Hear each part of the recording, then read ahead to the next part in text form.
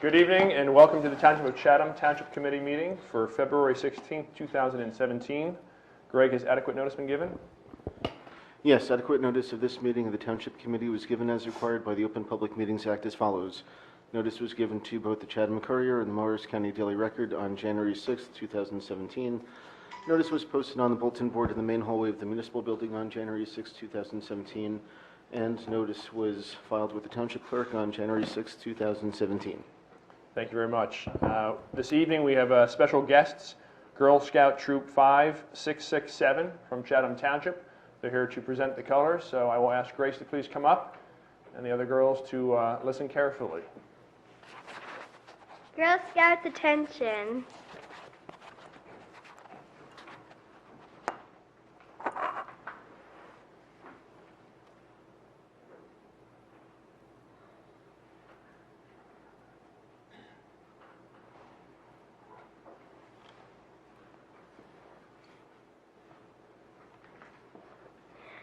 Color Guard, advance.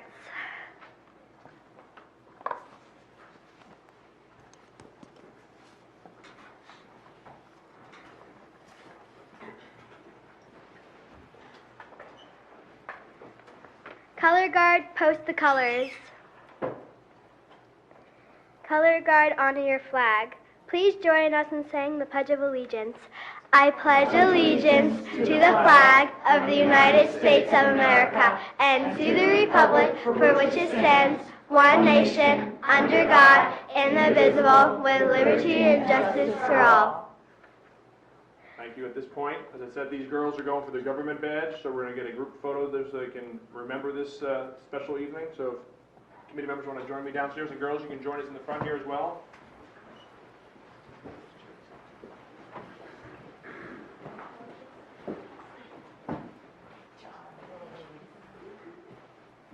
Hey girls, want to scoot on up here?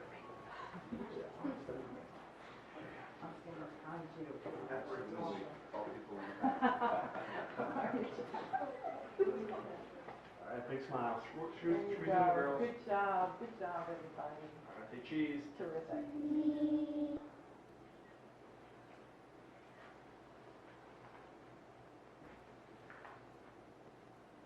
Good? All All right. right, thank you, ladies.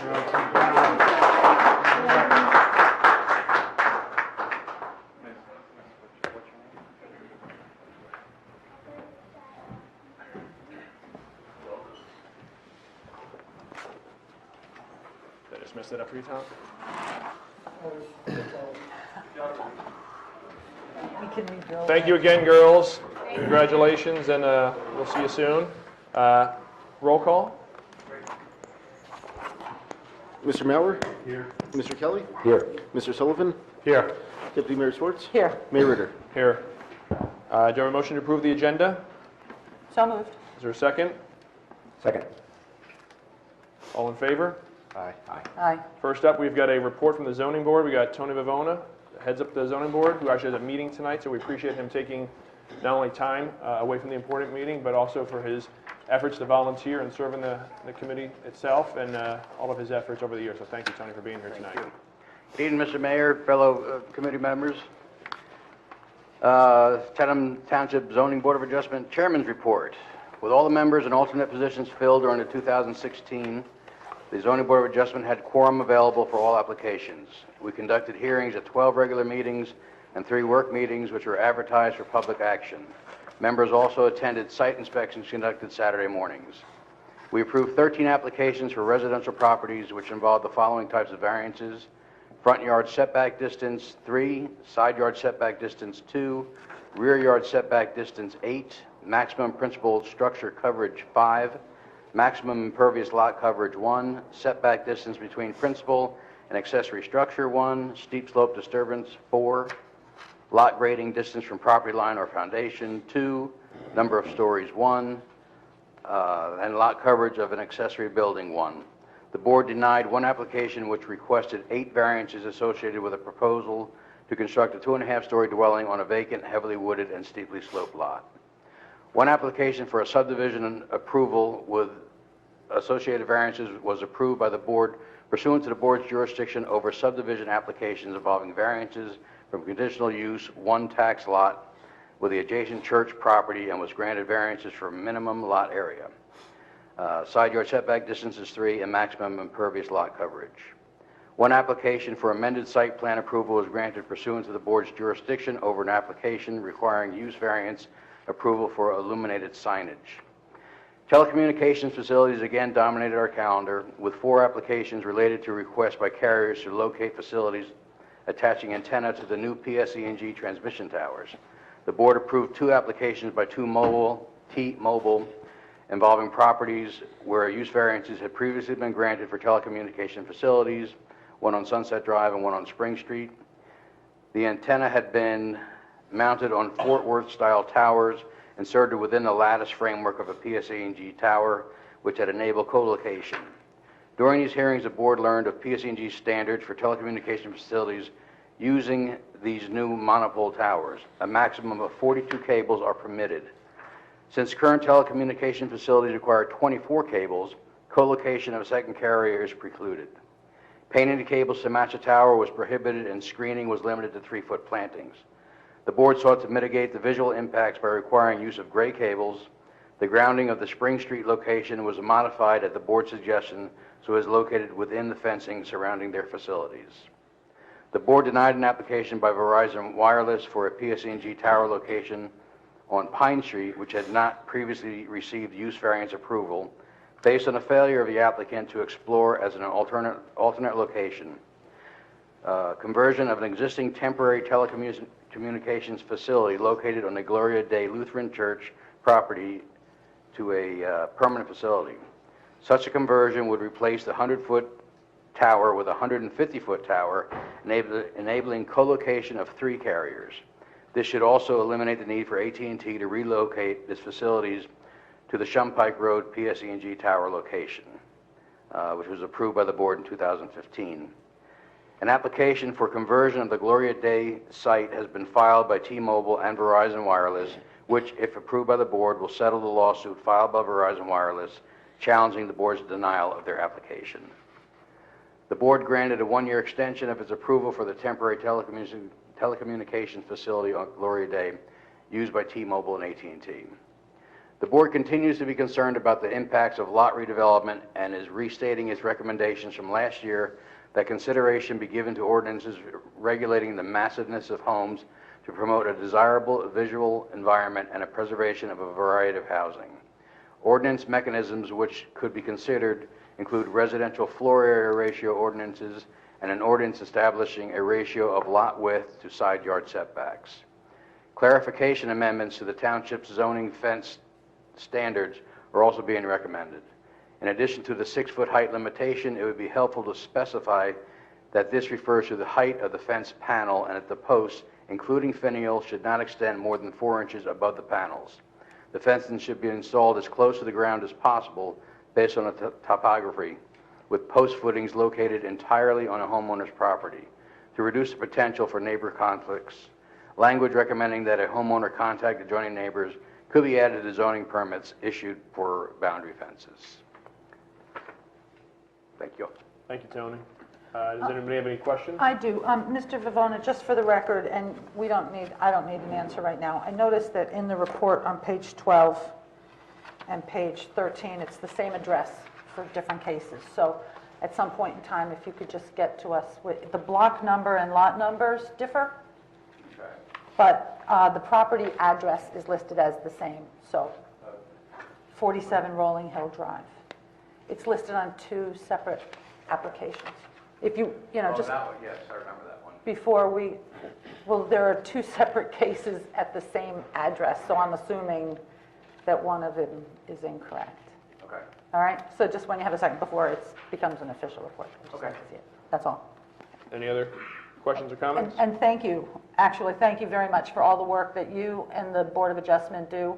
I know especially with the cell tower issue, it becomes a very passionate issue in our town, and I know that a lot of people become very vocal at what is ordinarily a very quiet process, and so thanks to you, and please extend on behalf of all of us to the board for their work and their patience. I will, thank you very much. Okay.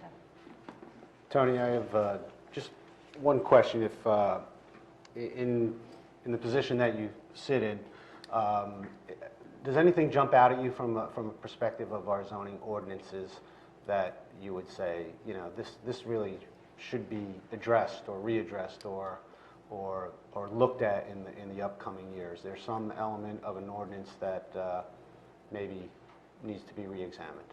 Well, we, with my suggestions are lot ratios. The homes that are being built, especially on corner lots, are just... Tony, could you lift it a little more toward the mic, please? The homes that are being built, especially on corner lots, are turned sideways, and they're having 15-foot backyards. But you can call a side yard a backyard. I know it's touchy with corner lots, but we would like to see some sort of limitation on the size of the homes, especially on lots like that. It's getting to the point where people of average means can't afford to live in our town. The homes that are being torn down are the affordable ones, and these massive mansions are being put up, which is good for taxes, but it really limits our population base as far as affordability. That's one of our major concerns. The cell towers, we like to give them our best shot. We were able to get the one on Pine Street to move to another area, and it made many neighbors very happy that we were able to save their little neighborhood area. The telecommunications people think that they can just do whatever they want, and we just want to show them that in our town, they can't do whatever they want. They have to. We all need cell phones, but we all need our neighborhoods and our safety. So we fight them tooth and nail, and they do bend. They just don't want to. So we're pretty proud that we keep on our toes. Great. Tony, did I miss it, or did you give us an update on the Buxton, the water tower The project? Buxton is waiting for a new court date.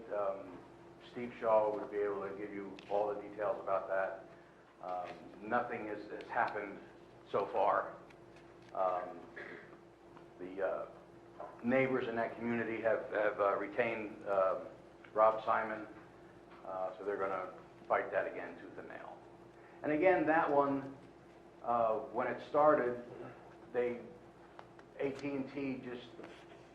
they didn't put any thought into it. They said, we can do what we want, we're going to put it here, and they took no regard for the neighborhood. And as we went through that for months, we were able to show them that they could move the building out of eyesight, paint the wires, paint the antennas. All they want to do is just put it up and go with it, with no regard for the neighborhoods. So we've kind of put them sort of in place, and they know when they come to see us now that they have to have their T's crossed and I's dotted, because we question everything, and they, like I said, they do make changes if you force them. I have one last question. Yes, sir. Mr. Pavona. Building off of what Mr. Sullivan's question was about, way to, to make changes over time. One thing comes to mind when looking at some. John, your mic's on, please. Can you hear me? Might be too low. I'll speak louder. I'll use my outdoor voice for Mr. Pavona.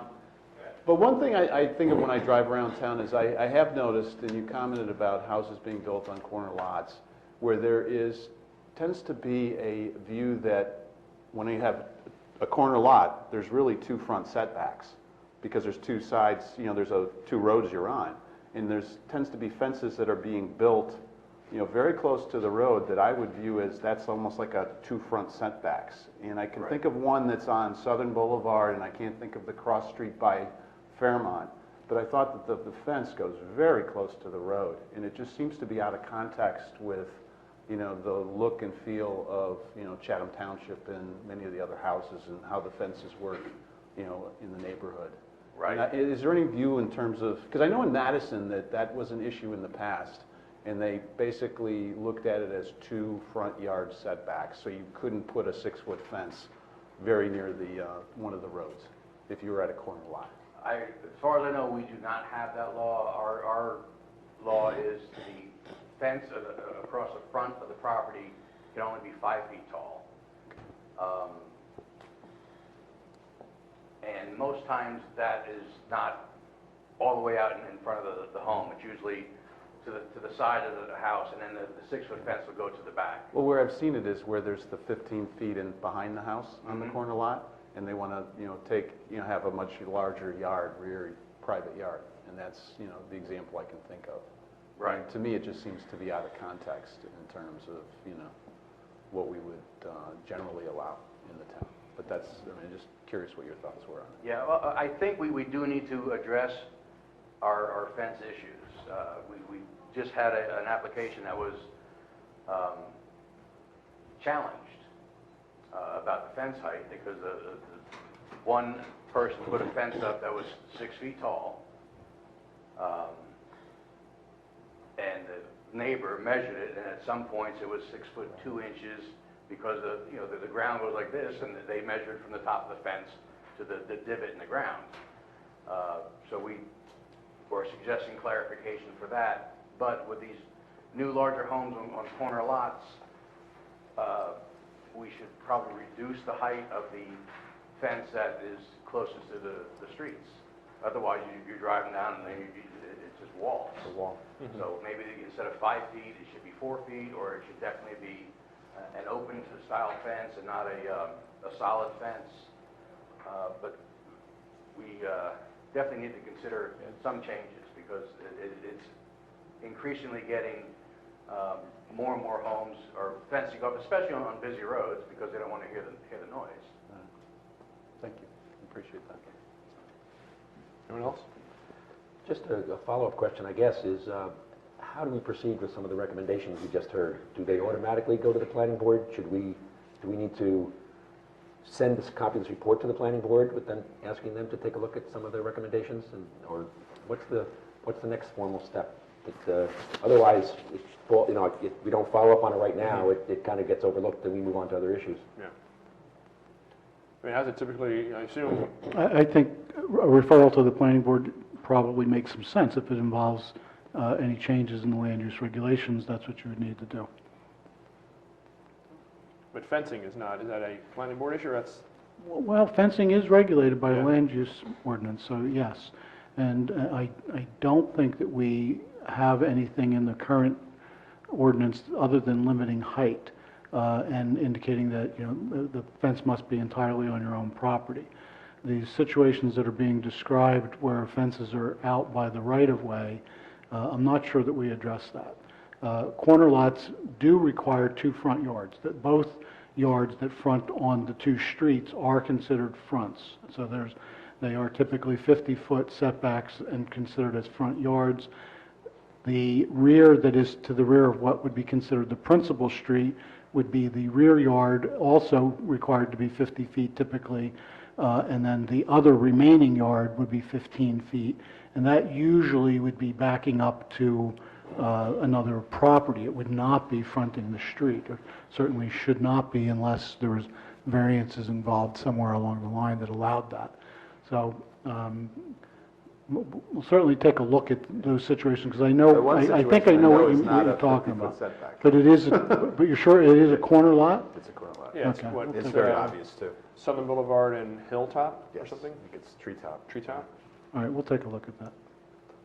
There's Treetop, there's one next to the Southern Boulevard School, and there's one across the street from Yes. Corpus Christi. Yeah. Yes. The ordinance reads is that the property owner can select which is the rear and which is the side, and that's what happened on that. That went to the board. Mhm.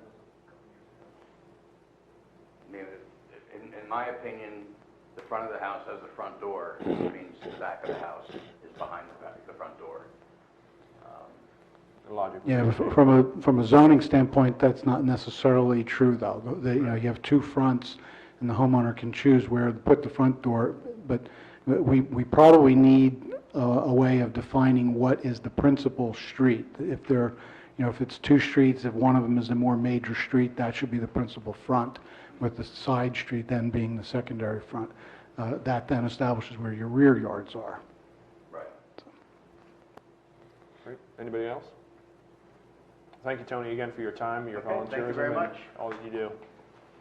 Moving on to other reports. John?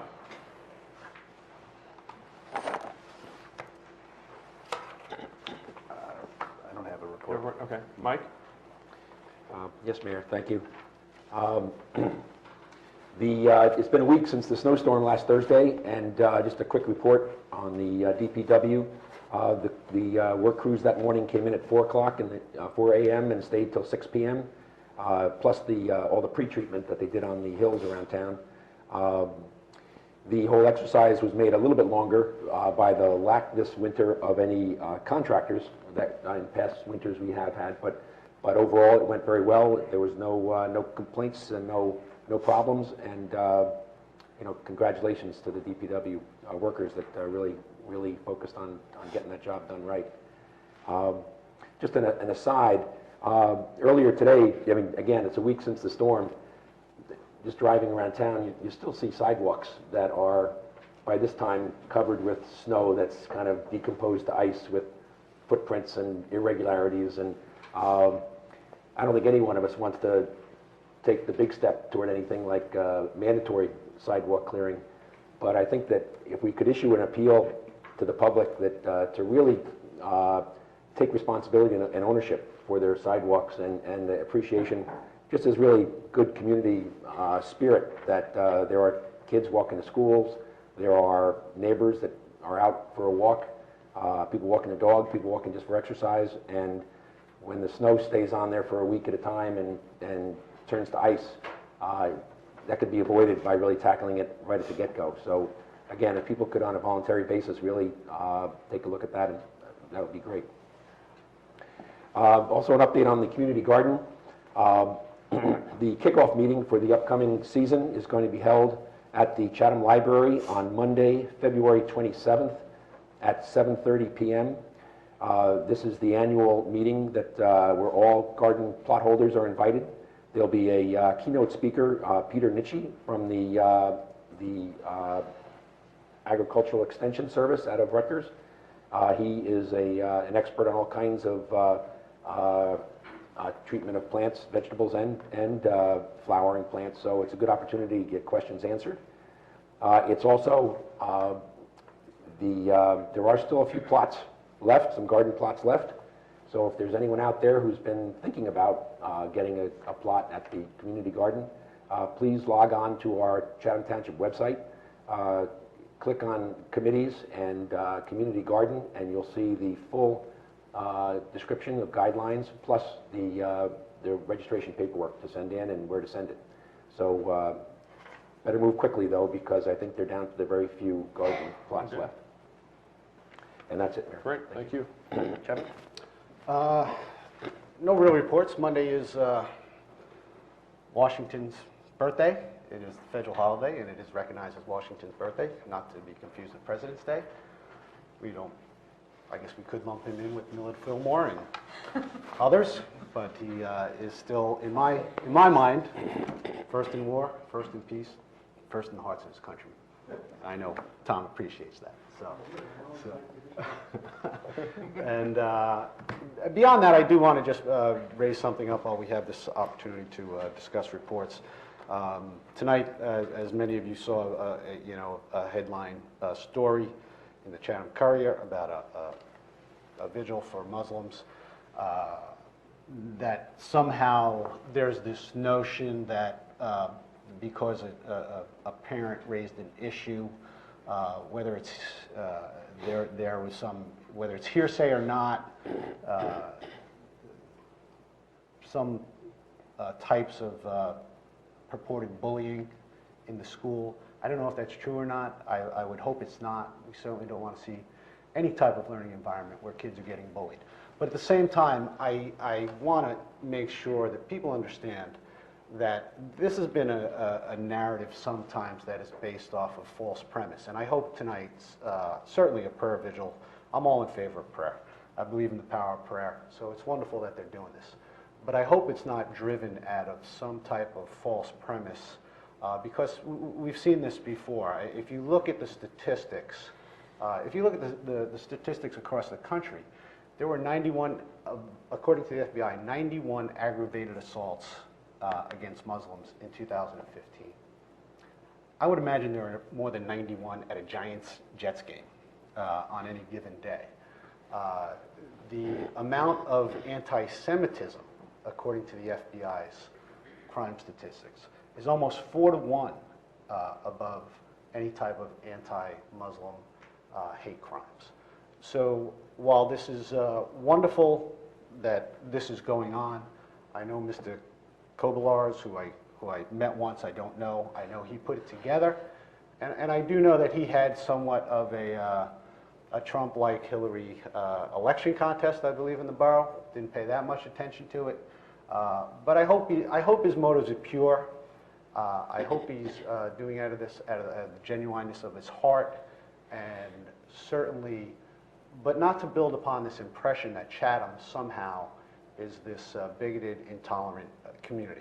Because I know Chatham to be incredibly generous, incredibly charitable, incredibly loving, and certainly where the fabric of faith is intertwined in many of the institutions and schools, et cetera, all throughout the community. So I would hope, again, that this isn't trying to portray Chatham in a way that disparages the good people of Chatham, the parents, the school parents, the students, and the school community, and the entire community.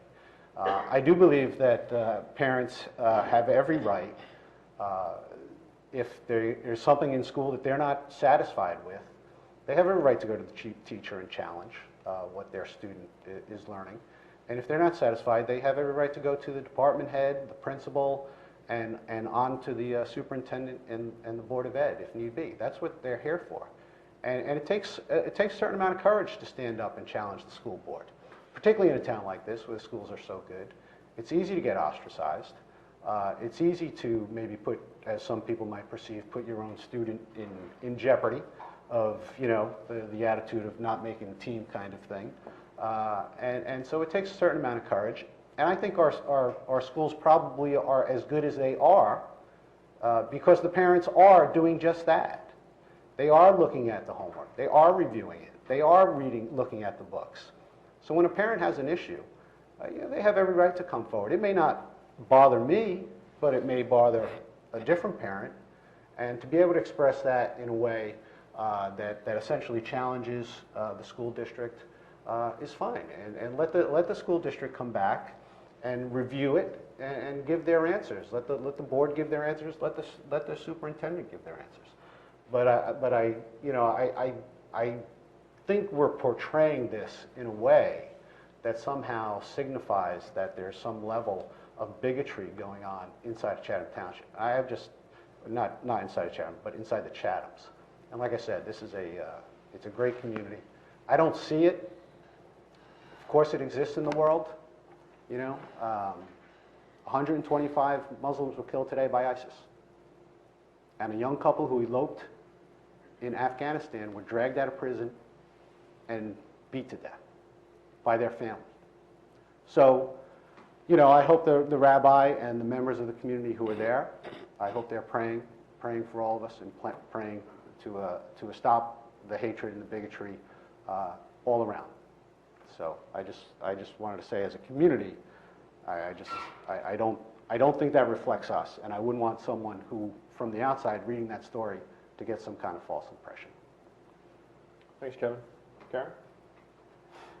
Well, before I say what I have to say about my report, I would like also to sort of trail along with what Kevin has said, and that is that we expect in a community like ours that people will raise these questions, that people will come to our meetings and ask what they have every right to ask. That is, what's going on in their government, what's going on in their school district, and to be demonized in the community for merely asking questions about curriculum or about legislation or about zoning or planning board ordinances. It's unfair to the person who wants to take an active role in their community. We love our volunteers. We want more people to come forward in our town and volunteer. But my goodness, if you are going to take an active role in participating in our government process and end up with your head on a post in Main Street, who on earth would want to do that? So I would encourage people who are on the receiving end of those questions to be forthcoming as possible with answers, to be gracious in questioning. You know, it's not necessarily vilifying what's going on. It's merely just asking for a little more information. And we are forthcoming as much as we possibly can. This is a very transparent committee.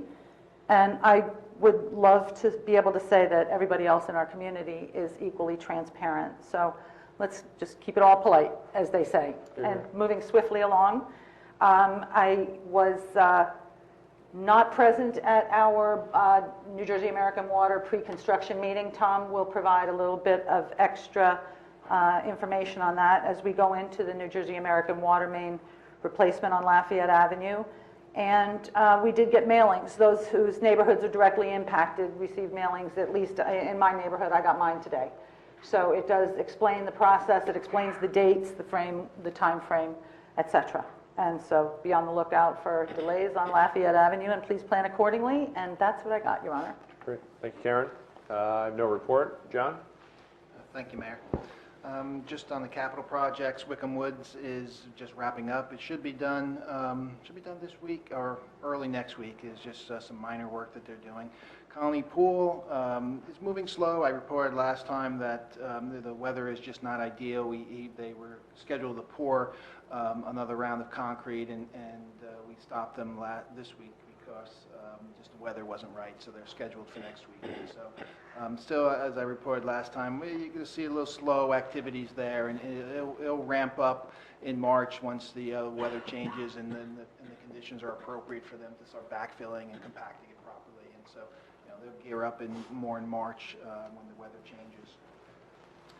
The other two capital projects that are active that really haven't geared up yet is the electrical improvements here for the generator and the Chatham Heights pump station.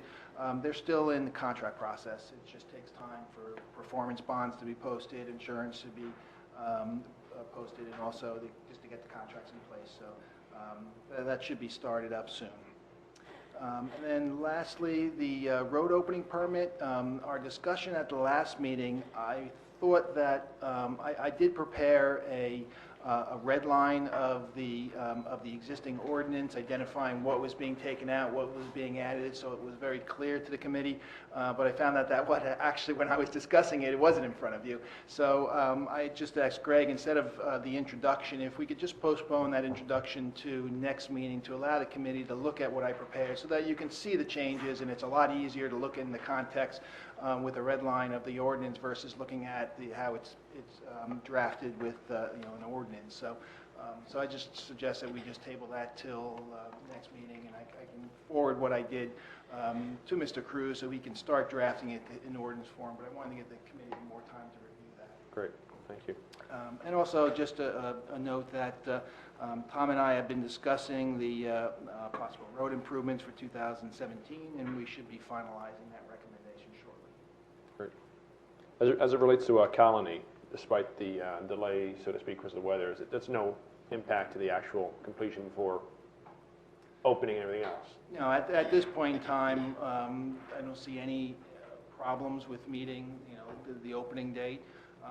It's just that we just can't do anything at this time. It's just not the right time to start pushing the backfilling, because they're just not going to compact it well because of the frozen ground. So we really just wait till it thaws, and it's not it looks like a mess, but he'll pull it together very quickly once the weather changes. And other assurances from the builder that there won't be any leftover debris in the beach and Oh, everything else. absolutely, And that's gonna be- absolutely. Once we get into a time period where he can start working full-time and just kind of start the restoration process, we'll be all over him to get it in place. Good. Chief, anything? Good. Rich? Tom? I'll just touch on the pre-construction meeting that Mr. Schwartz talked about. We did meet, the police were there, police from the Chatham Borough were also represented, New Jersey American Water and the contractor all present. The contractor is ready to mobilize tomorrow afternoon once school lets out, and their plan, weather permitting, is to work this coming week, Saturday, and then Monday through Friday and next Saturday, with a goal of getting Lafayette, the main, replaced from Lenape to Longwood, so that they're completely out of the school zone by the time school starts again. I think the police will be on top of traffic control. There may very well be some detouring around the site. There's going to be times when it will be difficult to maintain a lane of traffic open, because it appears as though the main is going to be closer to the middle of the street than originally thought, because there is a gas main and a storm sewer line that runs along the one side where the present main is. So with fingers crossed, they're going to blitz through this first week and get away from the school, and then work for the next probably another 4 or 5 weeks to get the project completed. They did indicate that they were going to try to get permission from the upper management at New Jersey American to work 2 crews so they could start at each end and finish it faster. I have not gotten any feedback as to whether that's going to happen or not. John, did you by any chance hear anything? No. So, I can build on that, Tom. They are going to do 2 crews, and the hope is to have the complete first phase of the project done all of next week.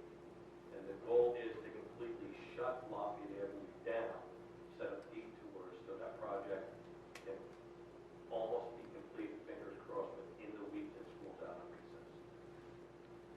well, we'll see. I think that's pretty ambitious, but hopefully it's going to go smoothly.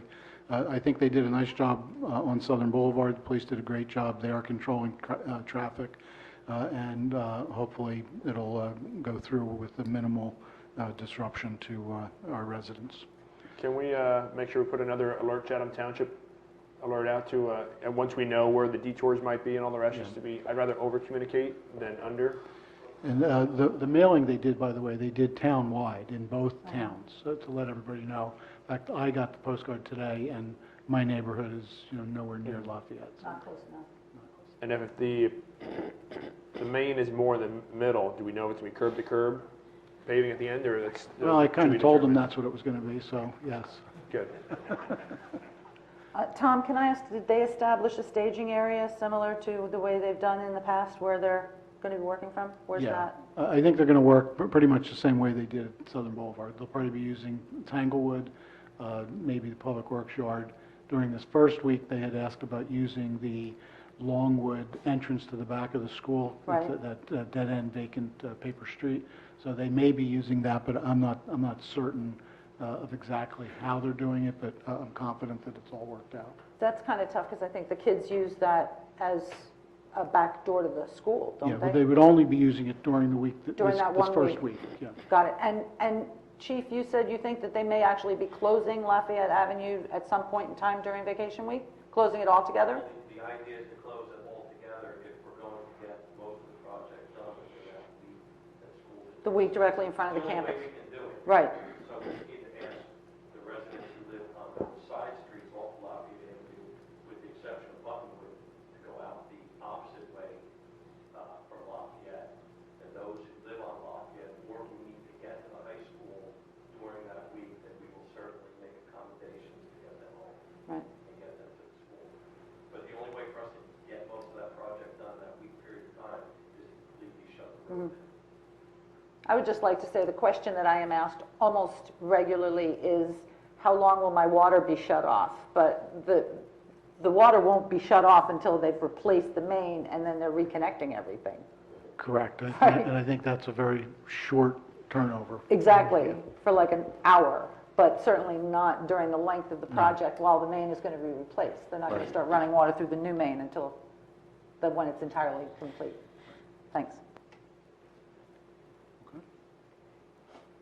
That's it, other than, when we get to the budget, when you're ready. All right, well, we're moving on to the introduction of the budget, Resolution 2017-052, approving year 2017 municipal budget. I think, Mayor, before You you wanna actually give the act on the resolution, You want to go through your report, or your presentation, Yes. I should say?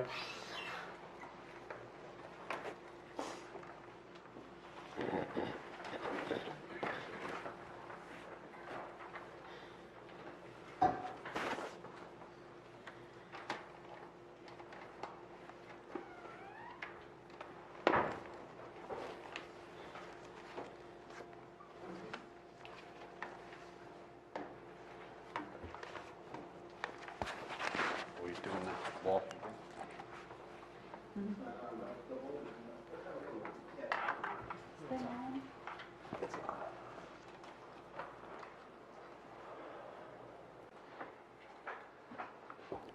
I'll try to go through this quickly. It is a longer presentation than usual because we've kind of wind up compressing the schedule because of the change in the Township Committee meeting schedule. So what last year would have been 2 reports, I've kind of compressed or combined into one.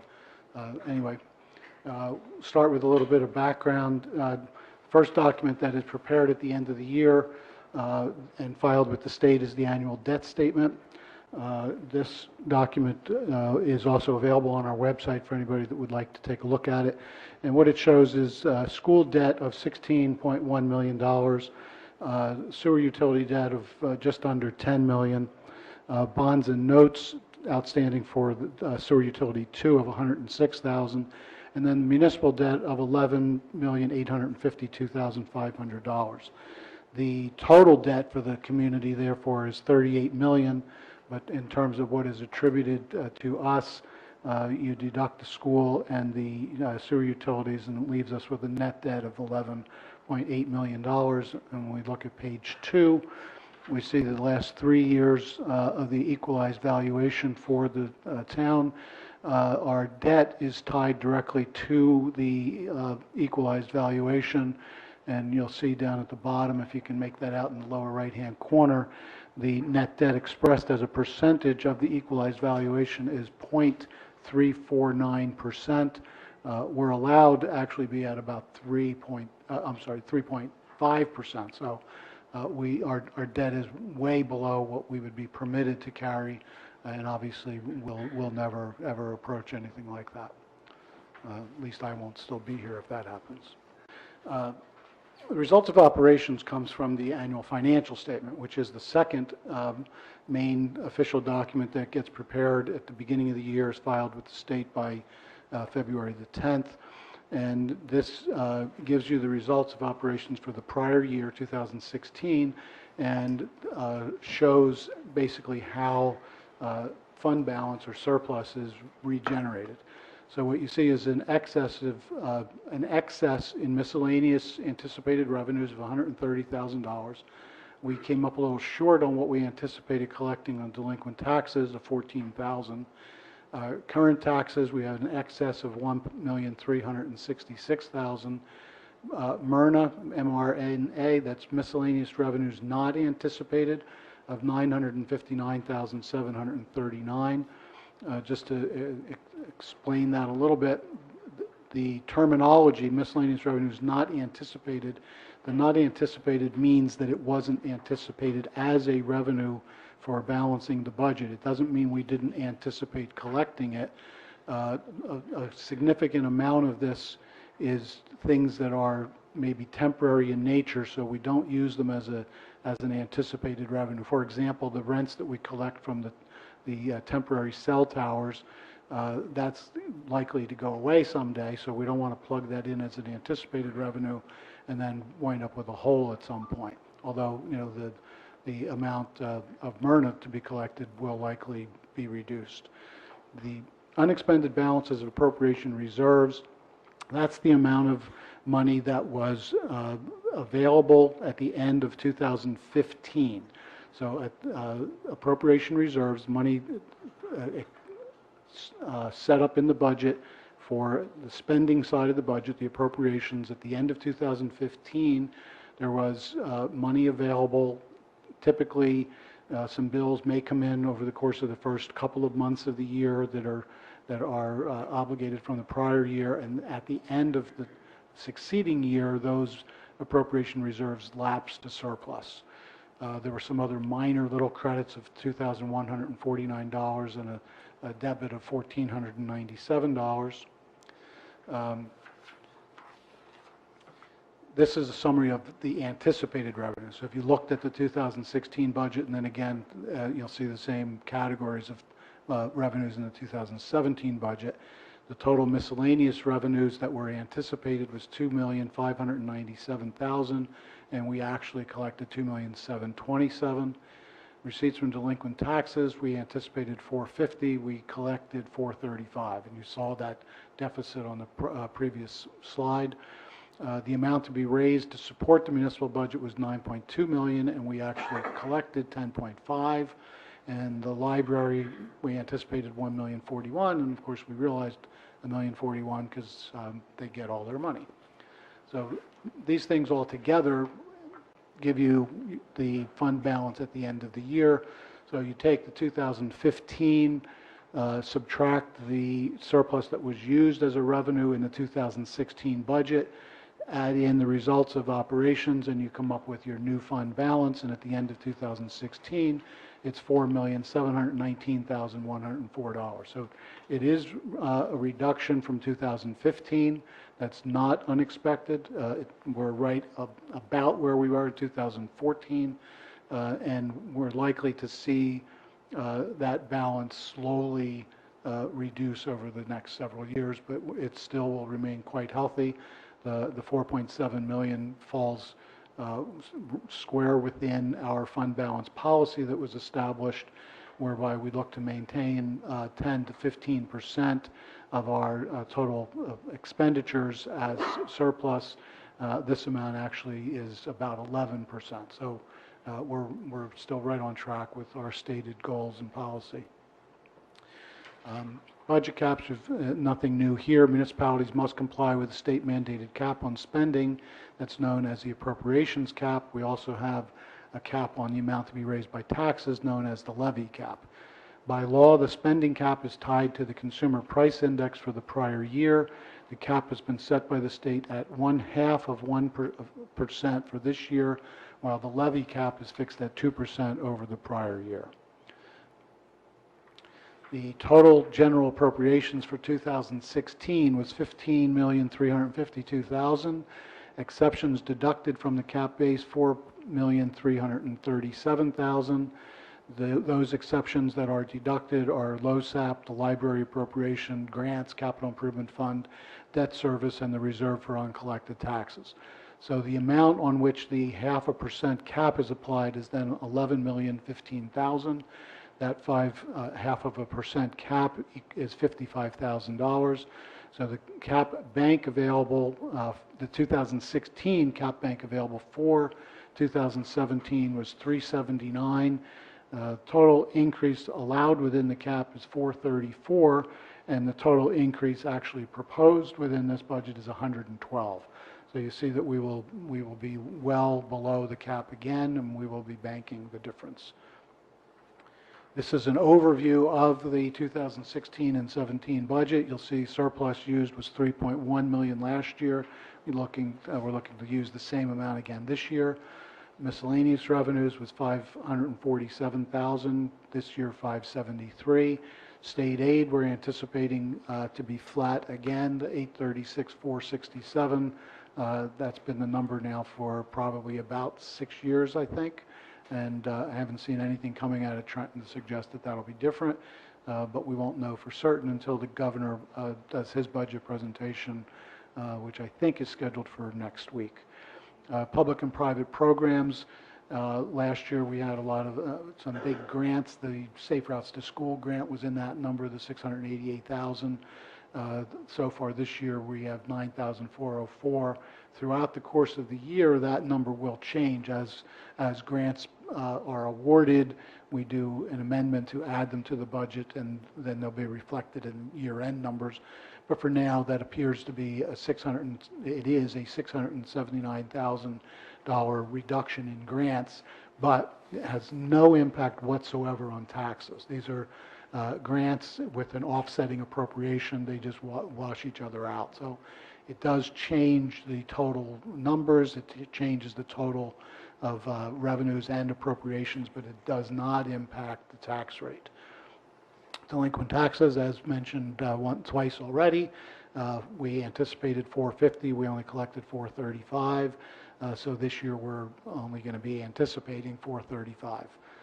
That's based on the amount that's currently outstanding and the anticipated collection rate. Construction code fees, we're anticipating to collect an additional $25,000 this year, so we're anticipating $550 as a total. The library appropriation is going up $23,000 from $1,041,000 to $1,064,000. And then the amount to be raised for local purpose taxes, last year was $8,164,000. This year is $8,255,000. That's an increase of $90,000. But again, because of other factors like increased ratables, when we get to it, you'll see that we're actually going to have no tax increase and actually a very modest $4.69 tax cut for the average homeowner. The total revenues, $14,823,000, general appropriations $13,407,000, reserve for uncollected taxes $1,415,856. That's an increase of $31,840. And I want to again remind everybody, or tell those who have not heard this pitch before, the reserve for uncollected taxes is not delinquent taxes. They're two different things. The amount of delinquent taxes that are outstanding at the end of the year relate to the amount of money, the taxes that were not collected for local purposes. Now, the reserve for uncollected taxes is what's known as a non-spending appropriation. And the easiest way to think of this is that we are the collector for the county, the school, and ourselves. We know when we send out the tax bills that we are not going to collect 100% of that levy, but the county and the school will get 100% of their levy. So in order to make sure that we collect enough to fund all three entities, we're required to, there's a formula, and we're required to appropriate what is called the reserve for uncollected taxes that artificially raises the levy, so that we basically tax more than what is needed for those three entities in order to make sure that we collect what is needed to fund them. If we were to not, any shortage falls directly on us. The school and the county get 100% of their money regardless of what happens. So that's why we're required to carry this reserve for uncollected taxes in our budget, and they don't. This reserve fund is not part of the budget surplus, right? This is in and of itself. This is in and of itself. This is as I said, it's a non-spending appropriation. It's an artificial way of increasing the levy just to make sure that you collect enough to fund everybody, knowing that you're not going to collect 100% of what you bill. But the levy cap bank calculation, again, there's a spending cap. This is the cap on taxation. 2013, we had an excess of $366,832 that could have been levied, but was not. That now has expired. 2014 levy cap that was and is available for 2017 of $423,459. 2015 levy cap bank available for use in 2017 or 18 of $654,000. Last year's levy cap bank available of $720,000. So there's a total levy cap bank available of just under $1.8 million. The 2017 levy that's allowed is $8,456,000. The levy that's proposed is $8,255,000, meaning there's an additional $201,825 available for banking for 2017 to 19. And as you can see, cumulatively, we are more than $2 million under what we could have levied and still been within the state mandated 2% cap over the course of the last, 4 or 5 years. So Tom, does the 201,825, the additional available from banking, is that added to the 2017 levy available of $1,797,000? Is that the way to look at it? Correct. What will happen is that when we do the 2018 budget, the 2014 bank will come off. That'll expire. Okay. But the 201 will be added in. Okay, thank you. That's where you get penalized for doing a good job. Well, that you could look at it that way.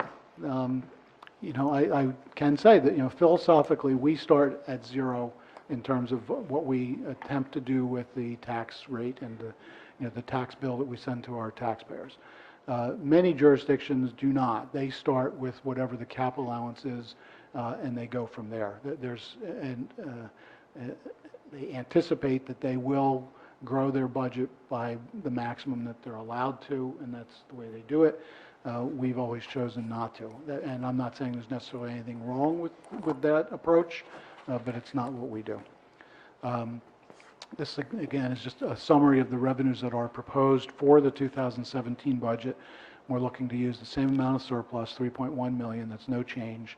Total miscellaneous revenues, again, this includes grants, so $1,968,000. That's a reduction from last year of $628,000, but no impact on the grants have no impact on taxation. Receipts from delinquent taxes down 15, construction code up 25. The amount to be raised to support the municipal budget, $90,000 increase. State aid flat at zero, library tax up 23,000. State aid, I already mentioned, and you can see here visually. So 2011, 12, 13, 14, 15, 16, and I'm anticipating 17 to be the same. No change. And Tom, we get that number in early March, right? We will get that number as soon as the governor makes his presentation to the legislature.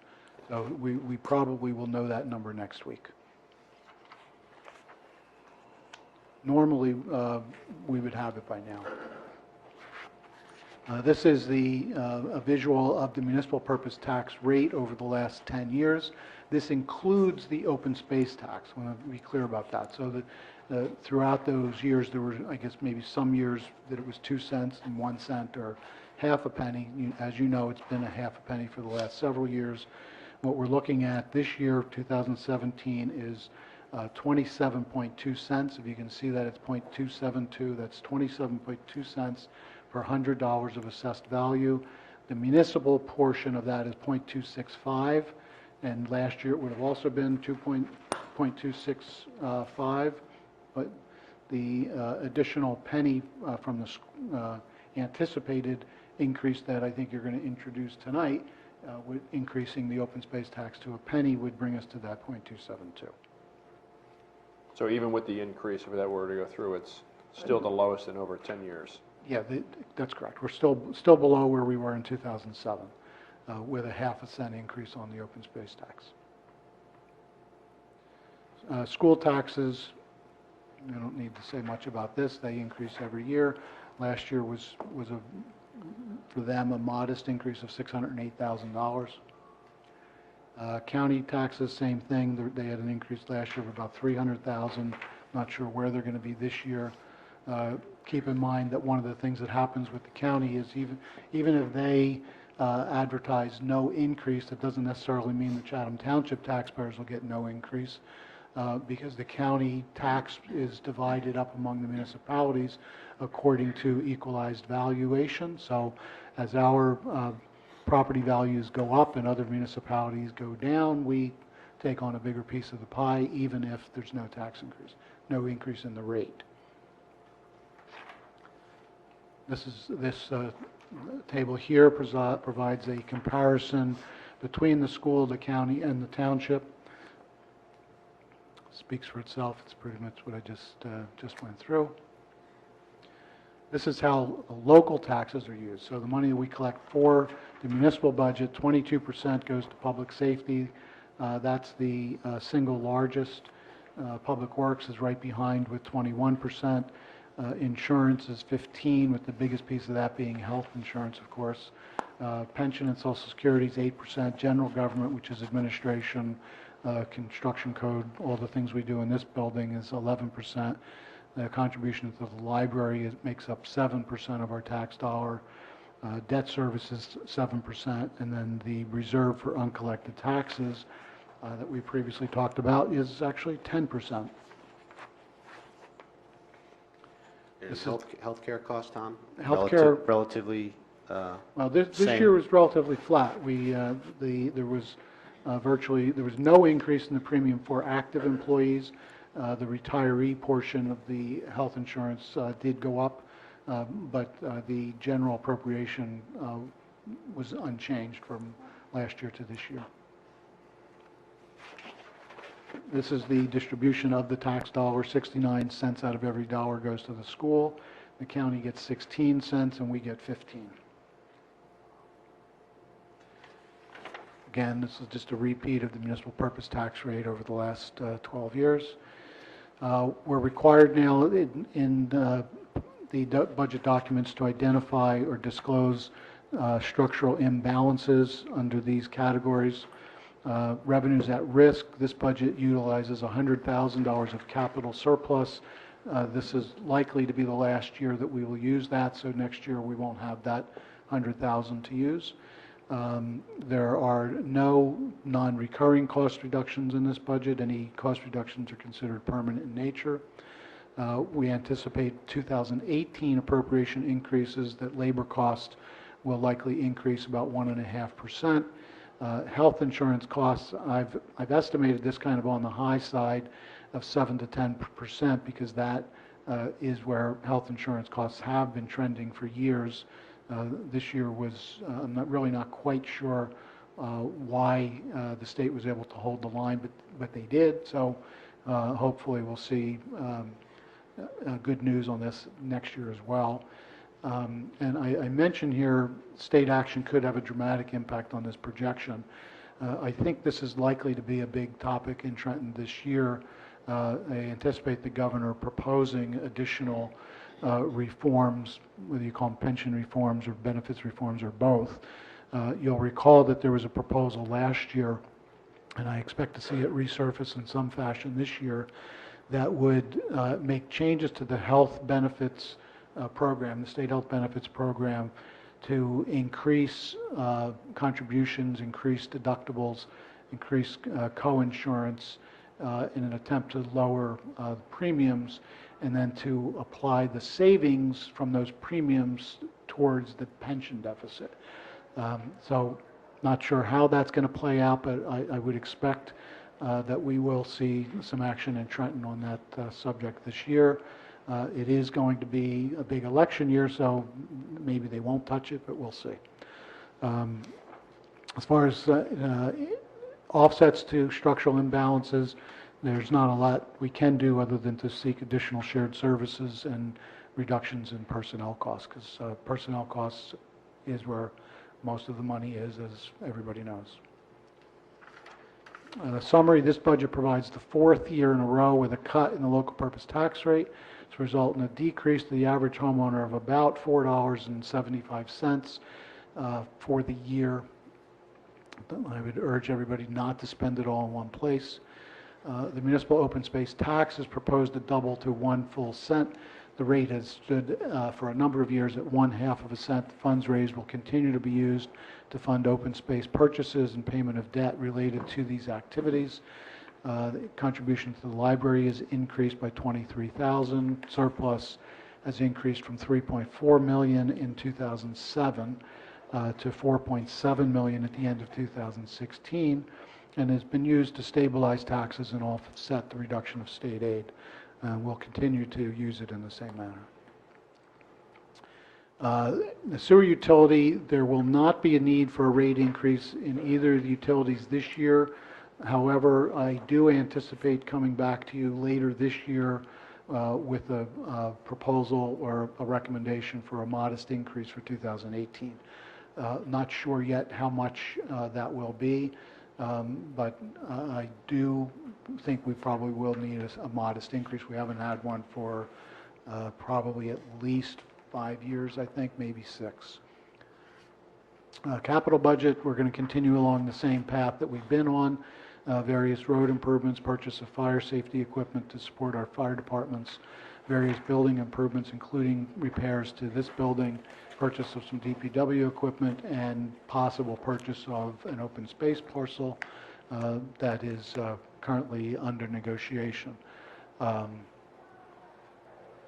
think that's about it. Any questions?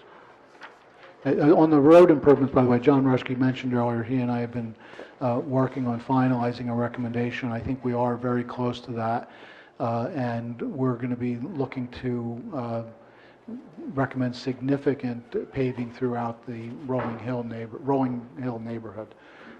Dale Drive, Country Club, Robert, we've applied for state aid for, but he and I went out and drove around town last week and did a reassessment of the condition of the streets, and that area is overall, I think, the worst. There are some other neighborhoods that certainly need attention, and we're going to try to get to those. But the primary focus this year will be, our recommendation anyway, will be Rolling Hill. Tom, as it relates to the road improvements, are you going to you've identified other areas of town, like what's a list of, like, first Rolling Hills, then we're going to go Yes. here, then we're going to go there, then we're Yeah, going I to think at the next meeting, we'll present that to you. John has a map with it color-coded as to what he's recommending and where in a time sequence we think we should go. Great. And all this information is going to be on our website as well, right? This will be on the website. At some point, I guess, once the road improvements are identified, we can put that up as well. Thanks. And I think thank you again for putting all this together, and I want to commend you once again for an excellent budget. And I think, this goes to speak to the fiscal discipline of the committee and our efforts to make sure that, taxpayers and our residents know how their dollars are being spent and that we're being fiscally prudent in all that we do. And in the interest of, as you say, always being transparent on this committee, this information will be on the website. We encourage everyone to attend future meetings as well to learn more. If there are any questions, certainly to reach out to us. Can I just add one thing, because I want to give credit where credit is due.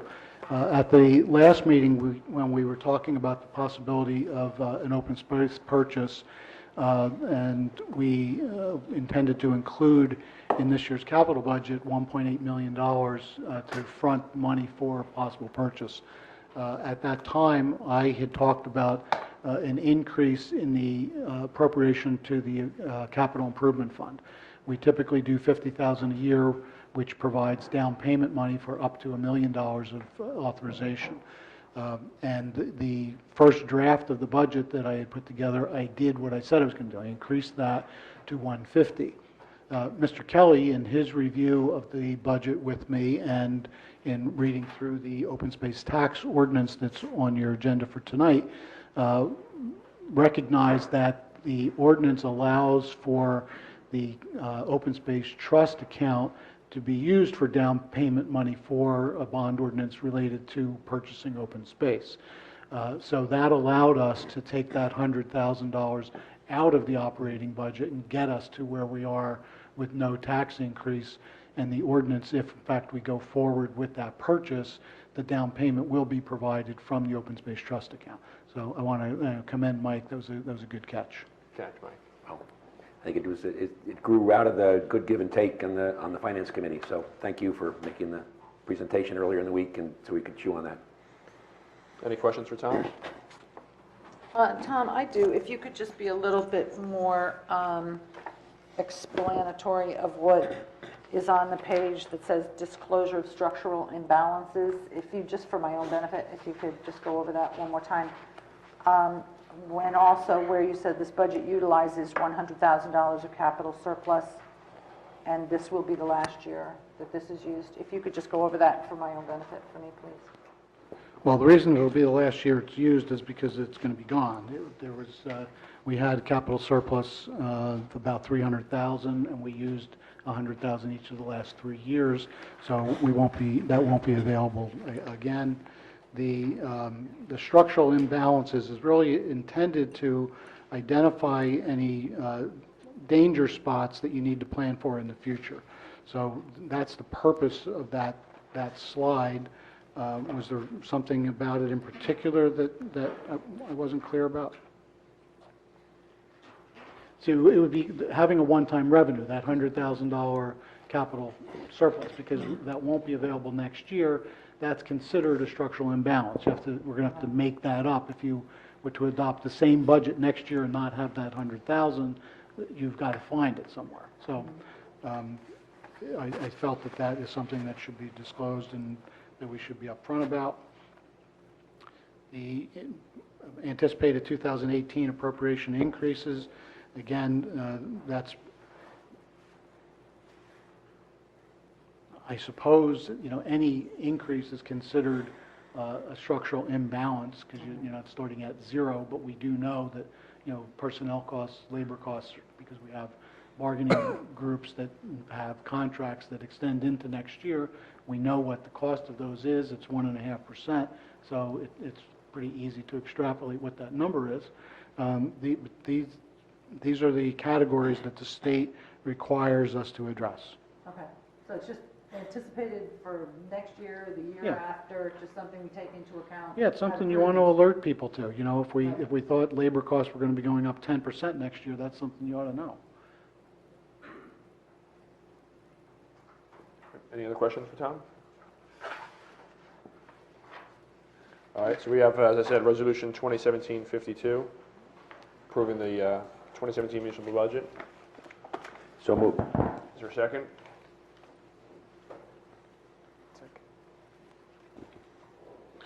Mr. Maurer? Yes. Mr. Kelly? Yes. Mr. Sullivan?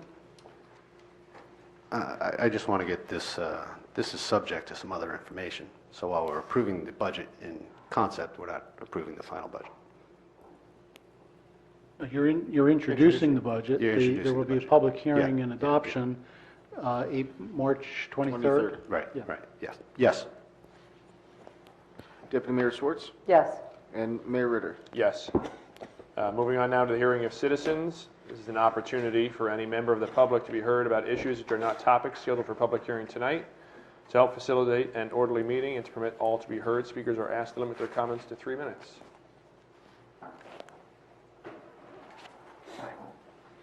Doug Booth, 10 Overlook Road. You can move that mic up if you want. Okay, yeah, can I look at the Girl Scouts here? Let me say I can, maybe I can. Yeah. Oh, much better, yes. I have two topics I wanted to discuss tonight with you. The first being public safety, which relates to the ever-popular topic of snow removal on the sidewalks. We currently do not have an ordinance for that, and I would ask that we consider an ordinance that would require residents to remove snow from the sidewalks. It's extremely dangerous for pedestrians, students in particular walking to school along Lafayette Avenue. For those of you that do walk during, after a snowstorm, a couple days after it, as Mr. Kelly had mentioned, it turns to ice. Very dangerous. If you've seen kids walk along Lafayette, have to step out into the street, into oncoming traffic. It's just, it seems extremely dangerous, and I don't understand why we wouldn't have an ordinance that would require the residents to remove it. Most of them do, but a few don't, and the ones that don't create a very dangerous situation. And I think that the town has some additional liability with that, potentially. Is that true?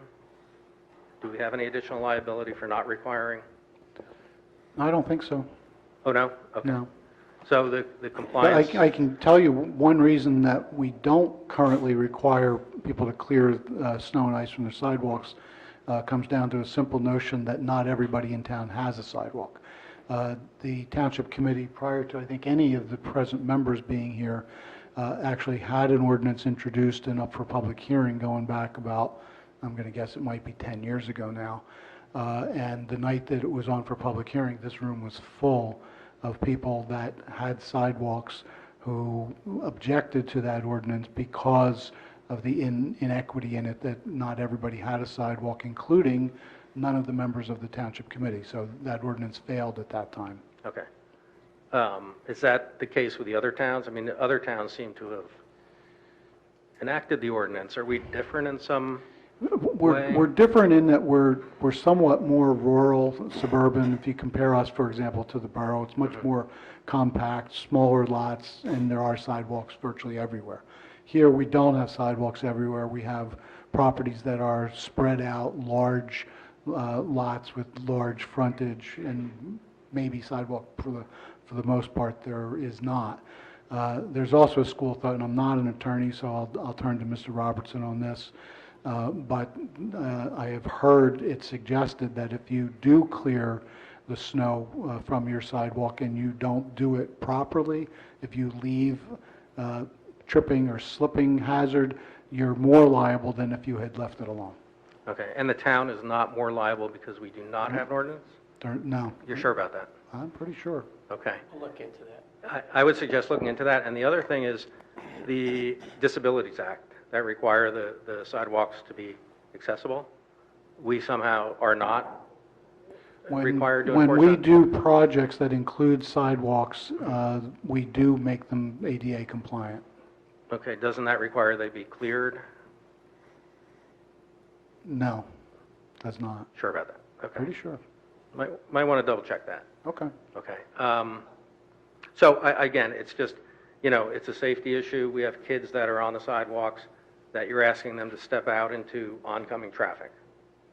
And, the pros and cons, to me, asking pedestrians, in particular children, to step out into a street into oncoming traffic is unacceptable. That's... Yeah, I agree with you, and I wouldn't have my children walk there. I would drive them to school. And you can do that to a point where it becomes more dangerous with too many cars in the area. So again, I would look at the liability, make sure the township is not exposed. Additionally, from a liability standpoint, because we do not have an ordinance, and just consider the safety of the residents. I think that's fairly important. We have a pedestrian safety week coming up, I think, right? Yep. It's a good thing we don't have it in the winter. It would be tough. The other thing I wanted to bring up real quick was the cancellation of the SBS summer program.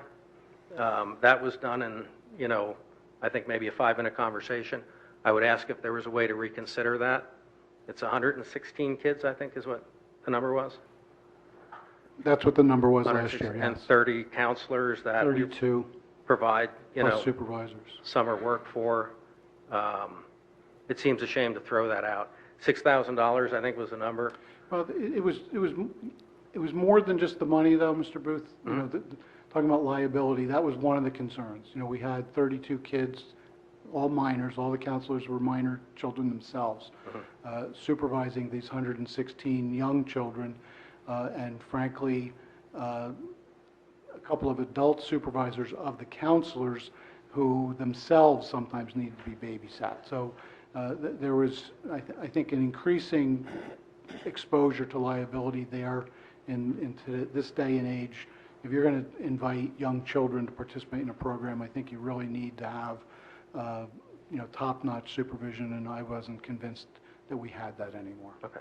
Well, maybe we could look at it. Also, Doug, when we discussed it, it wasn't just a 5-minute conversation, which sounds good, though, on those various message boards, when they think that the committee just takes these issues and discusses it for 30 seconds and we slam the gavel down and it's done. It's right. Not the way it works here, and I think we've shown ourselves to be thoughtful in all of our considerations from this dais. As it relates to the SBS, the camp, we looked at the analysis, and the declining interest in enrollment of the camp has been going down over the years. Yes, $6,000 may not seem insignificant to some people, but that $6,000 is going to be utilized somewhere else in the community. Perhaps improvements at Colony Pool, which is a facility that is utilized by more residents in the township. Mm-hmm. SBS camp, I think it's about maybe 50-50 between township and borough and other outside residents.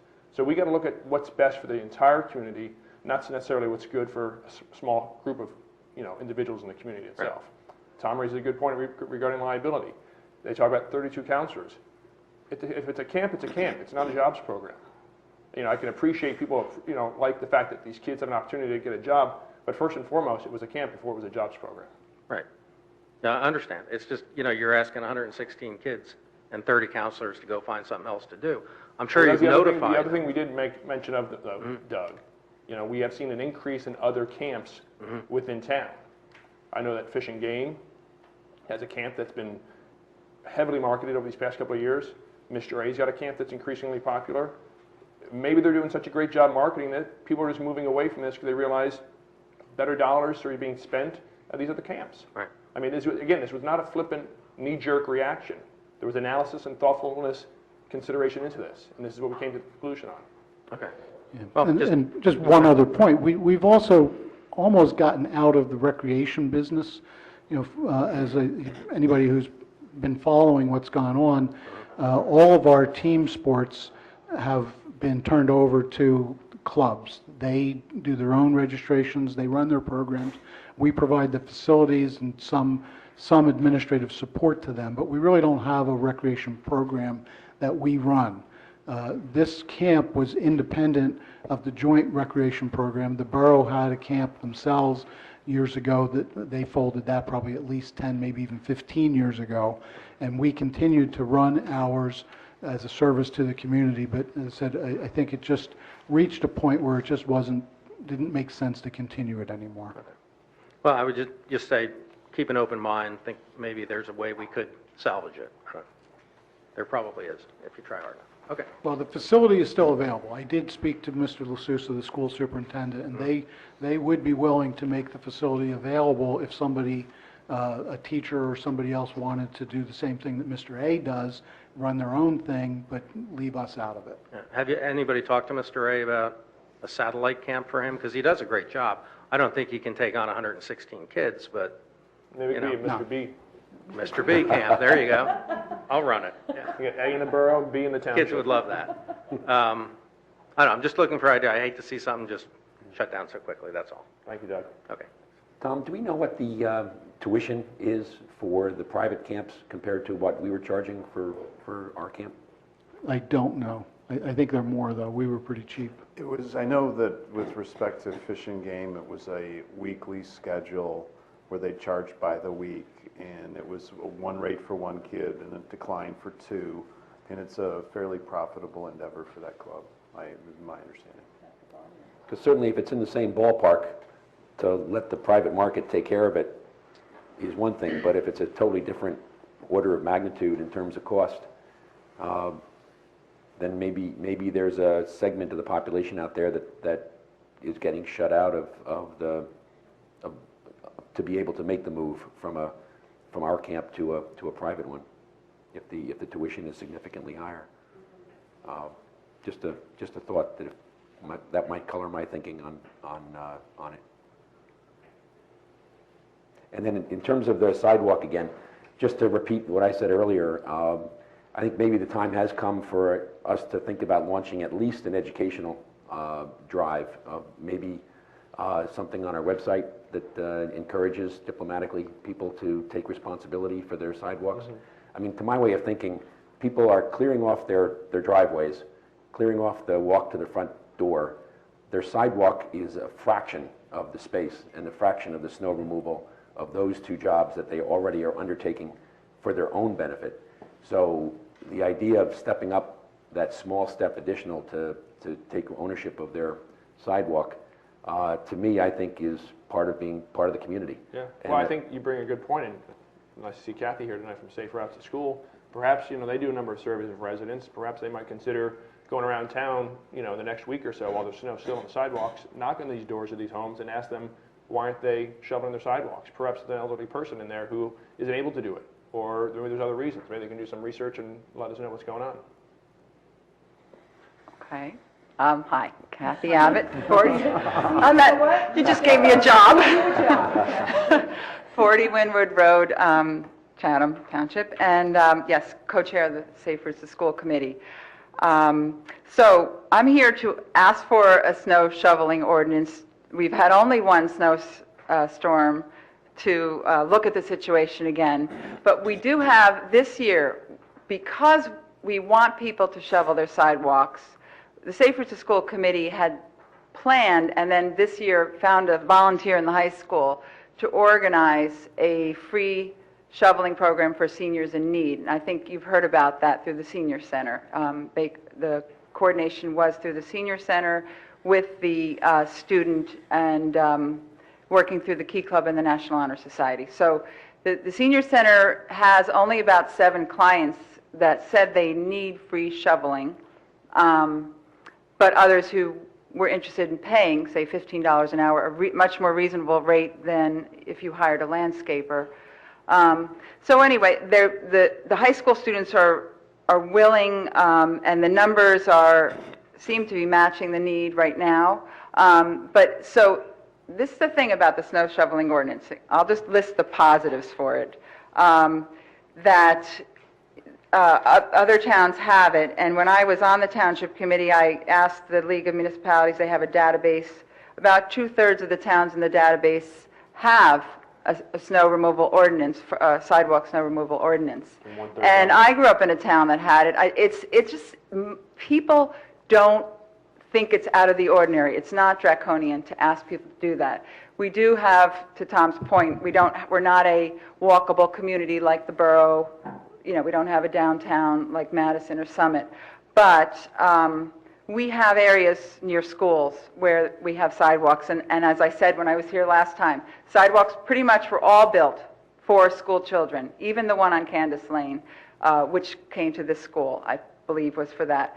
But and then you have more walkers than when I moved into town 22 years ago, adult walkers walking for exercise. So I think that it's important to make people shovel their sidewalk, because there are some who say, well, I don't have to, I'm on vacation. You know what, you just hire the kid next door if you know you're going on vacation. Or if you're selling, we have a lot of construction. And that's where on Lafayette we're getting houses that are, for example, right across from the high school, there's construction or they're for sale. And there's no shoveling because there's no, compulsion to do that.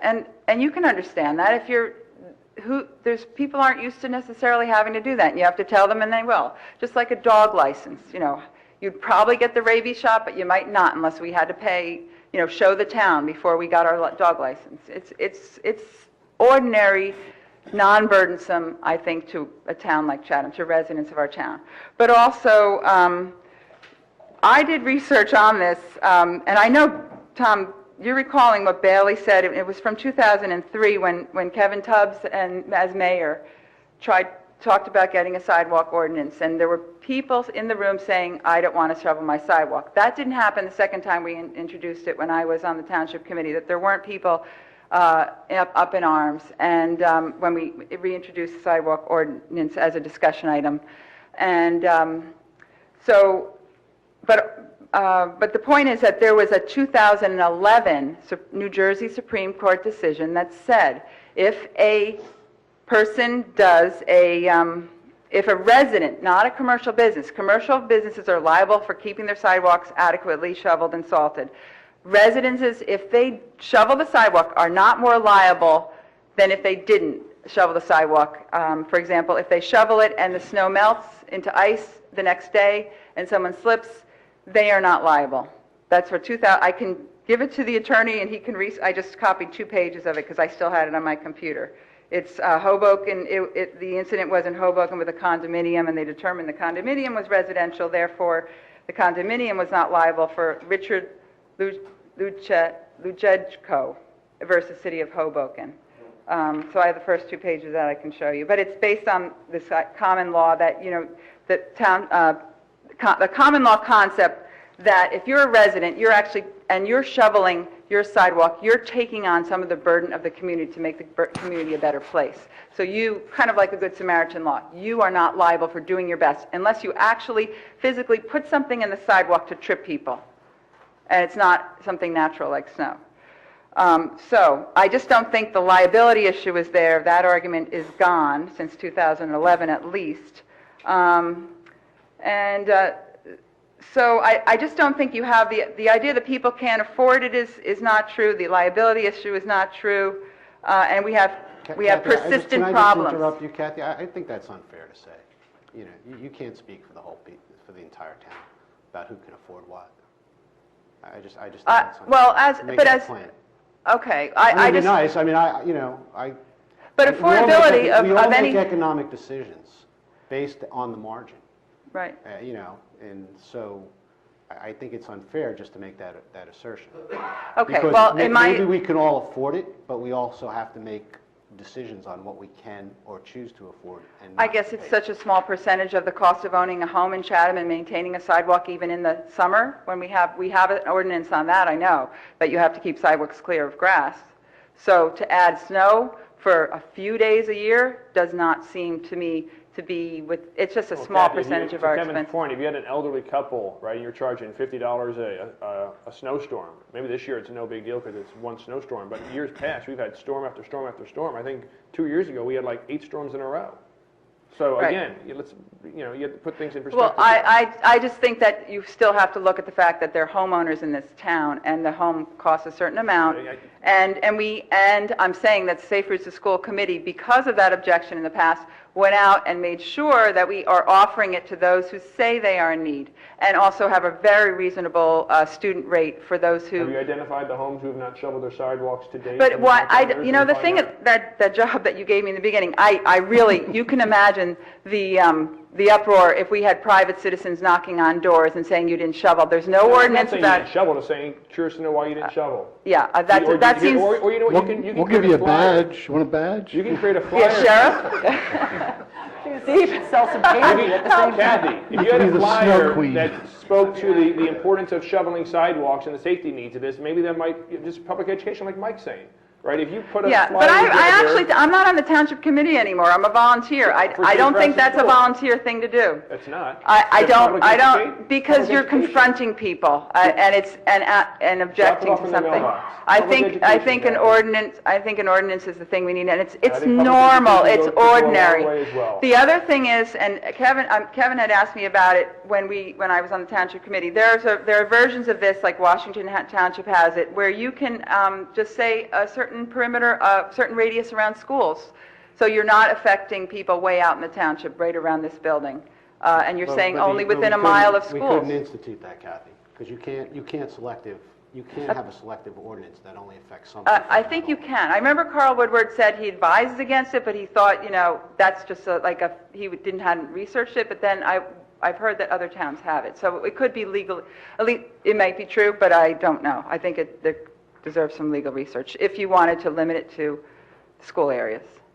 So I just don't think I think you should not dismiss it, because there's more, to quote Bob Gallup, your number one concern is public safety. And I think there's more harm to public safety than good for the public I got my negatives too far. I think it's safer for people to have a snow shoveling ordinance than the negatives involved in some expenses for some people that find it a little hard to afford. When you offered the service through, beginning with the senior center and then on with the kids from the National Honor Society, et cetera, you said you identified 9 It's families. through the who senior said center. The senior that they center put it couldn't. out there, and it Right. was posted And by then the borough. Beyond the ones who, it was both the township and the borough? Yeah, because the senior center serves both, And then... and the high school serves both. But right, but what we're here now talking about is township sidewalks. Now, of the people who asked, how many of them were in the township? And of the people About who half. then went, okay, so now we're talking 4. Right, that's 5. to show you that there's not a huge need. I'm telling you, it was offered for a couple months already, and the need has not been Well, proved. and so, But to the that's an point, are interesting you point, going to 'cause I create think- a law? Can we create a law for something that there's not a huge need for? But additionally, when you said that then you went off and offered the service to people who would pay, right? You said that then you would offer They it to could people put who themselves didn't on a list. claim hardship, Right, but they who claim hardship. claimed that they would be able to afford donating or whatever it was to the young people who did it. How many did you then get? I haven't gotten the report on that. Okay. But it hasn't been a huge outcry. I know that. So there hasn't been a shortage of students. So if people are not doing their sidewalks, and they're A not few. asking How many? to have their sidewalks done, then I'm going to conclude that they're just not aware of the importance of doing it. Yeah, Now, you know, when we go around through the neighborhoods, I personally go and shovel out the fire hydrant on my neighbor's front yard on account of it's the right thing to do. And I do it out of public awareness, and I do it to set a good example. And I don't think we need a law telling people that within 24 hours they better shovel their hydrant. Well, I'm saying that we do because there's always, first of all, there's always some homes for sale, there's homes that are under construction, and there's homes where people know they are right in front of the high school and they don't shovel. So I think we do because they're just enough, you know how it is, the few make it difficult, a few people doing wrong make a problem for everyone. So again, Kathy, I go back to the fact that you're saying education and your concern is sidewalks by the high school. Have you identified which homes consistently do not shovel their sidewalks? You know, I just don't feel like that's my job. I didn't bring No, safe routes to school. I think you guys do all the other surveys. I just wonder if you guys have done a survey to say, all right, number 1455, all the time on X street, never. But then what, would you want me to name that house right now and embarrass the people, or do we have an ordinance and they just do I it? asked you if you knew how many homes are consistently out of who don't shovel. Well, actually, is it a perceived problem, or is it? Mike Kelly said he noticed a bunch. I have 1, 2, 3, 4, 5, 6, 7 right here near the schools that I have a list of. Yeah, there's enough that it's a problem where kids are walking in the road or they're skating on ice to get over it. There's enough of a problem. It's a significant problem. How many of those are construction? Like maybe 2 out of 7 are construction, or 3 out of 7. It's a minority. So I think you find in snowstorms, certainly when you have the kind of snow we had last week, where it was very wet on the bottom, not so wet on the top, but because of it hit the ground, it melted, turned into ice, temperature dropped rapidly. It becomes difficult, and it becomes also difficult. We have sidewalks, the sidewalks that we put in on Shunpike, right up against the road. Those poor people losing their mailboxes all the time. The county plows there. They have they don't give that much thought or regard. And the snow, the compacted snow from a plow, makes that extremely difficult to shovel. Yeah, well, some people get it done, so. Look, the county, the plows come by. When you're getting plowed in, I know Tom, he's out there doing his all the time. But you got to take a photo. The plows that run on those roads, I mean, that makes it. All of a sudden, 2 inches of snow becomes, yes. 14 inches. I heard that. I don't know if our county will comply, but I've heard that if the plow slows down in sections that we ask them to slow down, then it doesn't go as far onto the sidewalk. Although, like you said, the sidewalk's right there. Where in certain it has nowhere else to go, Kathy. I can tell you that the one that Kevin's talking about, my sidewalk on Shunpike, after a snowstorm, after the plows are done pushing it curb to curb, the snow on my sidewalk is 3 feet deep. And it's not just snow, it's big chunks of It's like what's at the end of a driveway, right? Yeah. If it was on the way to a school, I might worry about it, but it's on the way to a park that's closed in the wintertime, so I don't worry about it. Mm-hmm. Well, then I still think there could be a way. I would request that you investigate a way to do it for near the schools, and certainly Lafayette Avenue, Noe maybe, Southern Boulevard. Okay, I'd like to submit this. There's 2 pages of this Supreme Court case, so it's in the minutes that there is at least a Supreme Court case about this. Thanks, Kathy.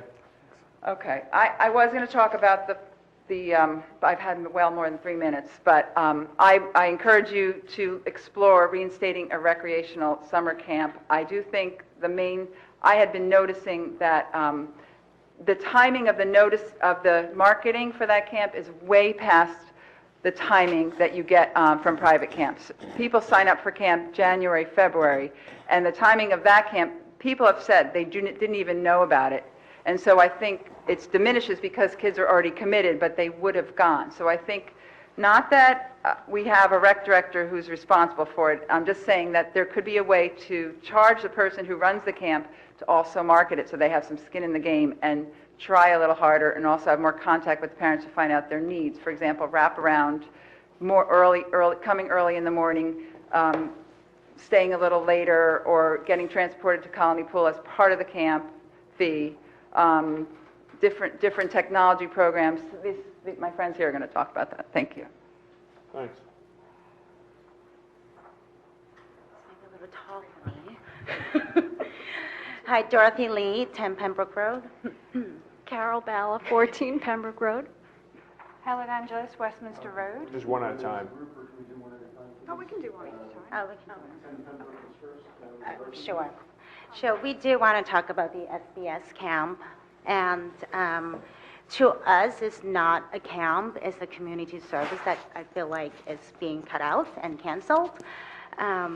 I posted something on the Facebook page for the Chatham community page, and last night, and I got a tremendous response. A lot of people and a lot of family didn't know about the camp. The people who signed up for the camp all find out through words of mouth, and it's a very inexpensive camp, and it's something low-key for our kids to do, so it's something to do in the summer.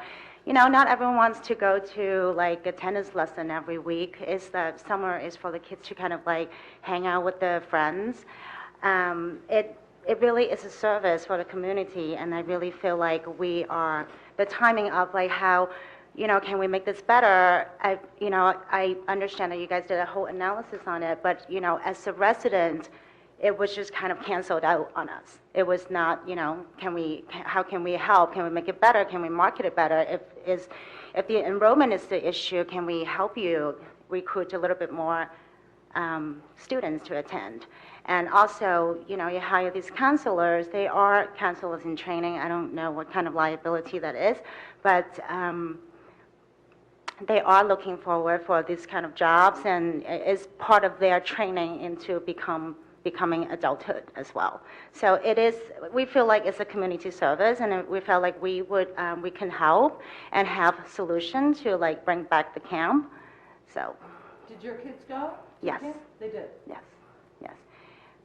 So the word of mouth, the I philosophy told- on word of mouth was? I did not know about the camp until my older child was 2nd and 3rd grade, because I think I found out from her.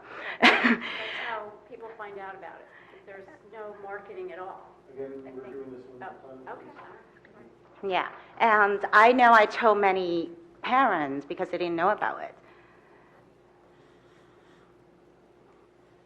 Thank you. Mm-hmm. Hi, Carol Balla, 14 Pembroke Road. Thank you. So to continue Dorothy's point, like I was saying, there really is no marketing. It's word of mouth for the camp. I think maybe you find out about it on Community Pass, but it's a month before the camp starts. It's later than all the other camps start advertising. To ask, I have a question about the liability. I know I've known about the camp for at least 9 years. I have a 14-year-old who went started in first grade. So all of a sudden there's issues about liability now after 10 years. I'm just wondering if something happened that you... Nothing in particular happened. There wasn't an incident that led to it. It was just in analyzing everything about the camp, you know, pros and cons and exposure that we had there. My feeling and my recommendation to the committee was that we terminate this as just not viable. You know, if you look at the population between these two towns, we have, between the township and the borough, there's about 20,000 people, and we were serving 116 kids. It was 80 Again, families. that goes 80 back to families. marketing. No, it's not about marketing. Yes, it is. And if suppose we did a bang-up job of marketing, we wind up with 500 kids. I don't want that either. So. Okay, that's, why is that so bad? Because we couldn't accommodate them. That's, You're not going to get 500 kids, but... You don't know that. We used to have 300. 300. Just a few years ago. Okay. So, Well, but the, you know, what if there was the a need is being what if- served in the private community. I there is think a- that the key point that's getting lost on the folks is it's not a matter of marketing per se. I think it's a matter of But you're the saying marketing enrollment went down, of other so- camps and the popularity of these other camps. I mean, Mr. A has done a phenomenal job. His price Fish and is Game has his done a price is phenomenal double. job. Mr. A's price is double. Well, maybe he More than realizes double. he's got such a good thing going on here. He Right. realizes, Well, a you lot know of what? people, some people can't afford that. What is the price for Mr. Ray's camp? Do you know? I think it's 200 for, I think last year it was 200 for, no, no, I think it's like about 200 for a 2 week? weeks. For two? Or No, I think 250 it's, for 2 weeks. oh, right, for 2 weeks. It's $100 Where a week. the SBS camp was 150 for 5 weeks. So. You talk about finances again, to prior speaker, right? How people spend their money is how they spend their money. There is a Chatham resident that is offering to run the camp. She runs the Summer Fun preschool camp out of Milton. It was out of Milton last year? Okay. She's offering to run, I don't know the particulars, but this was on Facebook, comment to Dorothy. So I don't know if you're open to that. If she's interested in running it as an independent thing that is hers, like Mr. A, then I would suggest she get in touch with the staff at the Board of Ed. We're not interested in doing that. It wasn't an issue of staff. I had a terrific person that ran the camp for us the last 2 summers. She was great. I have no complaints about the job she did for us whatsoever. It's just not something that I think is a program that we should continue. We're just not in that business. It's not what we do. Okay. Thank you. Hi, hello. My name is Helen Angelis. I live on Westminster Road. I'm here to ask that you reinstate the SBS camp. Now, I hear a lot of you talking about how people choose to spend their money, but quite frankly, it could be a financial hardship for some parents who want to give their children a summer camp experience, and they will not be able to do so because you cancelled this camp. And quite frankly, you cancelled it at a really bad time because those of us who work are now scrambling to find alternate options for our children. Because you cancelled it at such a time that all the other camps had already started advertising, and the ones that are reasonable are hard to get into because they're reasonably priced.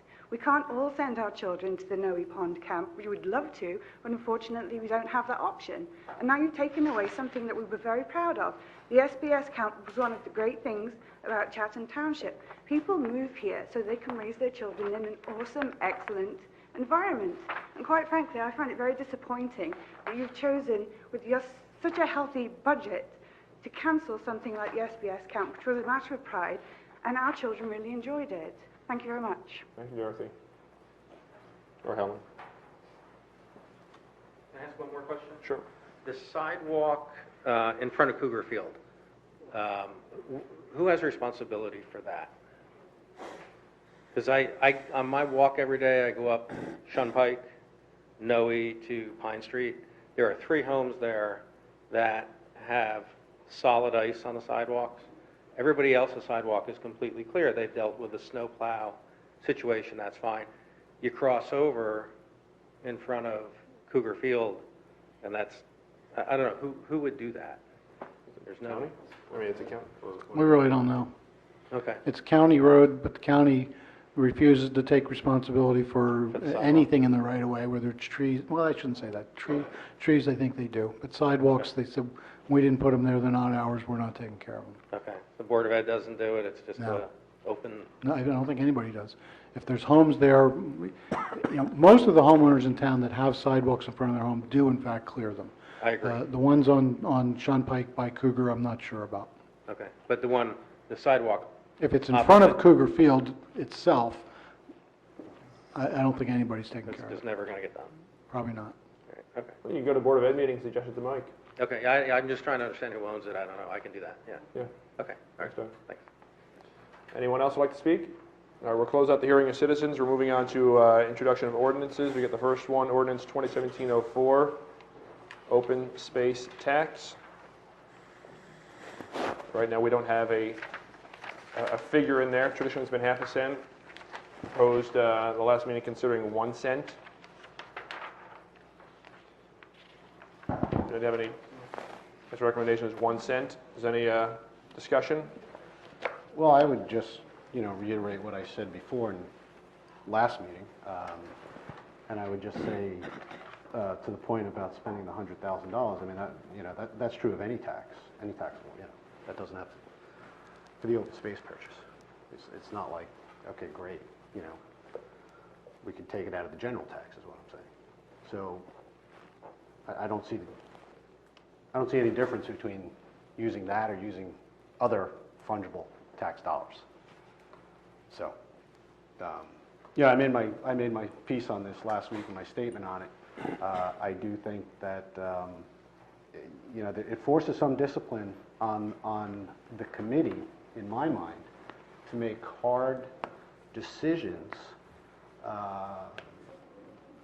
in regards to that the committee would have to be committed, as we are, you know, to a property that we're looking at, to make the hard decision to do it and to make sure that's the right decision, as opposed to tying up funds in a fund that may or may not get used. We could always use it. We could play budgetary numbers, and we could play, you know, budgetary, you know, slide this over there, let's use it for maintenance, because you can use that fund for maintenance in recreational facilities. So net, at the end of the day, it's all coming out of one pool of money at the local level. And we've been very successful, and hopefully will continue to be successful, and we already pay for it at the county level and the state level.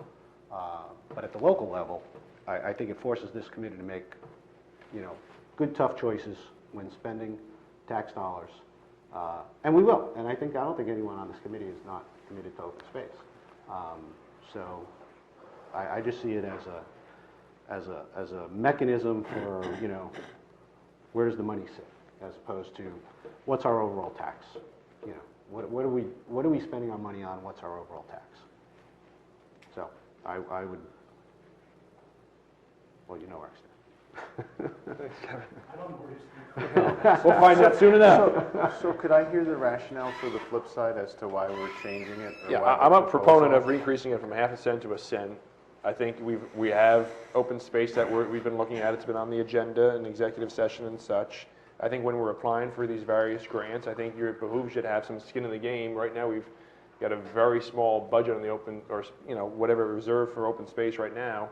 The money we're raising is paying just what we've got in debt, as it were. I think if we're going to approach for additional grants to buy open space, when you've got skin in the game and you can show that you've got, you know, something behind it, they're more apt to, you know, maybe be considering of your application versus another town's application where they've got considerably more amount of money up against it as well. So, I mean, we've been half a cent for as long as I've been around.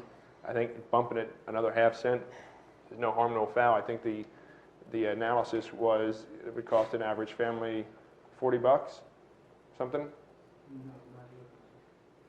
I thought it was the price of like 4 people to go to the movies. So it was yeah, but now I won't be able to go to the movies. Right. Well, you can shovel your sidewalk, you can go to the movies, or you can. The point is, it's a de minimis increase to folks. So yeah, but so how much is sitting in the open space reserve fund at this point in time? As we sit here today, there's $120,000 there. And what has the average balance been over the last several years, Tom, just generally? At the end of the year, that's about what it is. You know, it's again been declining. We generate about 150, and we pay out about 130 to support debt service that already exists from 10 years ago. So it's actually been slightly increasing. So we're at 120,000 at the end of the year. And what it'll be used for, assuming that you do this, and if the purchase that is being discussed is going to go through, if the sale price is $1.8 million, we're going to do a bond ordinance for $1.8 million. That requires a 5% down payment, and the plan at this point would be for the down payment of the $90,000 to come from that 120. And then in addition, we are going to have debt service to pay. 2 weeks ago, but could we use, if we wanted to buy a open space land and we needed to make a financial commitment as a down payment or to bridge, could we not use dollars from other sources to Absolutely. fund that? Yes, you could. So It's again, not required. We could do it the way that I originally planned, which was an additional $100,000 in the capital improvement fund, and then just do it as a regular bond ordinance with the down payment coming from the capital improvement fund. Okay. But still paying the debt related to it in future years from the open space trust. But in order to satisfy the existing debt and the future debt, if this sale goes through, you're going to need the additional money. So it's 6 of one, half dozen of the other. I think you still need to increase the open space tax if the intention is to pay for it out of that. If you want to pay for it out of general taxation, that's your prerogative. You can certainly do that. So if I could just kind of restate it in a different way, what you're saying is it doesn't matter what bucket it comes from. We can take it from whatever bucket if we It does not matter. We want to pursue, okay. It does not matter. I think the key thing that makes a little bit of a distinction is that the open space tax was voted on 2 or 3 occasions by the public in non-binding referendums, but in each time they were overwhelmingly approved, and the last referendum authorized the tax to be 2 cents per hundred. And the Township Committee originally did adopt it at 2 cents and then subsequently reduced it to 1 and then to a half a cent in order to maintain a zero tax increase for the, I hate saying that, no tax increase for whatever year that was that we first did it. Thank you. But it is all the same pocket. Kevin's right. It's the same taxpayers, whether they're paying it in open space tax or they're paying it in local purpose tax, they're paying it. And I guess I would definitely confirm that it's all coming out of the same pocket. I think that's absolutely true. But I guess where I'll put some weight on is the fact that we did have those 3 referendums from the public, all of which were significantly passed by a significant margin, from people saying, yes, we want to have an open space fund in the town because we put a high priority on open space. And they approved up to 2 cents. And the mechanism each year is such that it automatically reverts to 2 cents unless we take action to set it at a different level. In my mind, I kind of compare it to the Brexit vote. I mean, certainly it's a different order of magnitude, but you had the public going one way and the leadership viewing it as a different way. But by and large, the leadership has said, listen, if the public feels this strongly about it, we've got to respond to that. I think that in this situation, I feel that the open space purchase that we're talking about is important. I think we're talking about some significant development in our township's future with the Dixie-Dale property, and that the timing is such that it is very appropriate for us to think about the appropriate open space acquisition, especially if it's in the same area of town that visually will protect the open sense of the township in that quadrant of the town. And so I think that the two are tied together. That there is the creation of an open space trust fund. Its sole purpose is to acquire the open space that the township people have historically said they want. It's a mechanism that I think township committees rightly over the years have adjusted to half a cent when times were hard and recessions were in effect. I think we're now in a time when the economy is doing better. The open space acquisition is very timely and the open space trust fund is the logical way to do it. Yes, from an economic point of view, whose pocket it comes out of, it could equally be in the budget or it could equally be in the trust fund. But this is what that trust fund is for, and to me it makes all the sense in the world that we use that mechanism for this purpose. And it's not like we're authorizing a buildup of a fund that is going to grow and grow and grow and be somehow out of control. I mean, this is something we do every year. We've got a specific purpose in mind.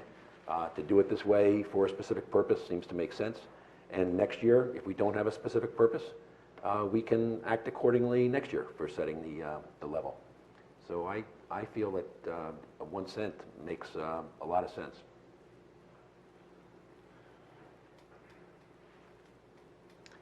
Anyone else?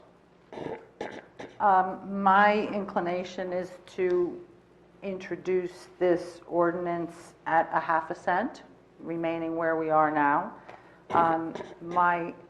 I recall a presidential candidate a number of months ago not the one who ended up winning the primary, saying, in my budget, every dollar will be fungible, and I don't see the need to put money into a dedicated bucket when we know that the more flexibility we leave our public officials, the better off we are. We don't have to jump through a lot of administrative hoops to say, we need to use money from there. Well, what's our excuse? We can use it for maintenance. Well, it's open space. I don't see a need to put money into a dedicated purpose if we are savvy enough to know where we're going to spend it ultimately. I don't think that we have to convince anybody that Chatham Township is dedicated to open space. I think we know that, we've established that over the years, and I really would hope that if we were applying for a grant as Chatham Township, that we would not have to fall on the sword for pleading that we're dedicated to open space, because it's obvious to everybody that we are. So, you know, for lack of a better use of funds, I would say leave this where it is. The money that's coming out of the open space to service the debt we already have is there. We're raising it dollar for dollar, and I'm all for introducing ordinance 2017-04 at 0.5 cent, and that's my. But you got to do the math here. If you're going to proceed with that purchase that's been discussed, you need $90,000 for the down payment, and you're not providing for it here. So if you're not going to provide for it here, then what you're going to do is amend the budget that was introduced tonight and put that $100,000 back in the capital improvement fund. So instead of 0.5 cent on the open space tax, you're going to have 0.5 cent on the local purpose tax. Again, it's your choice, doesn't make any difference. It's the math is going to come out the same. But if you're going to proceed with that purchase, you need a 0.5 cent tax increase somewhere. Thank you, Tom. Well, that's open for further discussion. I find Budgetary it hard to discussion. believe that we are not in touch with $90,000 in this township. I find it very hard to believe. But it has to be in the correct place. You can't, you know, there are different funds. The capital improvement fund is the source of down payment money when you do a bond ordinance. And there's not enough in there to do everything you're talking about doing. Every Unless dollar should be fungible then. I don't know what that, I don't even know what that means. So what you're saying is the budget with the general budget you just presented would have to be increased by $90,000, and that would be an increase in. But you factored in 1 cent. So how can, oh, from the, I got it, yeah, never mind. Yeah. Well, It's but a that's what I'm saying, it's still a 0.5 budgetary- cent one way or another. Or, 0.4 cents. Another thought is that we've gotten some feedback from some residents who are very supportive of the skate park. And we have given them oral support that we also are very supportive of the skate park. But if in the near future we have to, we feel that the proper use of that land is something other than the skate park, I think that it's a show of support for those skate park supporters to have some money in the trust fund to do what we said we would do, which is to relocate a skate park and to make sure that that did not disappear. So I think all those things added together in my mind tip the scale toward the logical thing is to fund these open space goals through the open space fund rather than redo the budget that we just saw presented tonight in order to get the money there as opposed to in the trust fund, in the open space trust fund. Well, I think one thing that I have always spoken out against is building up a bucket of money for something down the road that is pretty amorphous, such as if we build affordable housing on Southern Boulevard and if we want to replace the skate park. Who even knows what the timeline is there? So I'm certainly not for raising a tax to put money into I think Mike's a bucket, point is we've got to put money into a bucket that has absolutely no dedication at this point. Well, I think we've spoken about the possibility of affordable housing going to the skate park. If that were the case, then the skate park would be relocated somewhere else, whether it happens in 12 months or 24 months or somewhere else. Just trying to be prudent with how we spend our dollars and reserve money or set aside money. I see Mike's point. The fact of the matter is, we talk about, raising a tax either from this or elsewhere. It all comes out of the same pot at the end of the day. It's an open space tax for a reason. And I think raising it 1 cent or raising it to 1 cent, half a cent, again, I go back to the fact it shows we still have skin in the game. Everyone knows that Chatham Township is committed to open space. We've proven that time and time again. But I just think it's important that we act reflective over these years of what the vast majority of residents want to see, which is, and we're not saying 2 cents, we're bumping it half a cent. So, the proposal isn't going to 2 or going to 1. And so I guess one of I'm sorry to cut you off. No, it's all right. I think one of the concerns I would share is that, once you raise and increase the tax, and granted, there was a referendum and the people approved something higher than that, but again, we're kind of the fiduciaries and we're trying to do the right thing over time.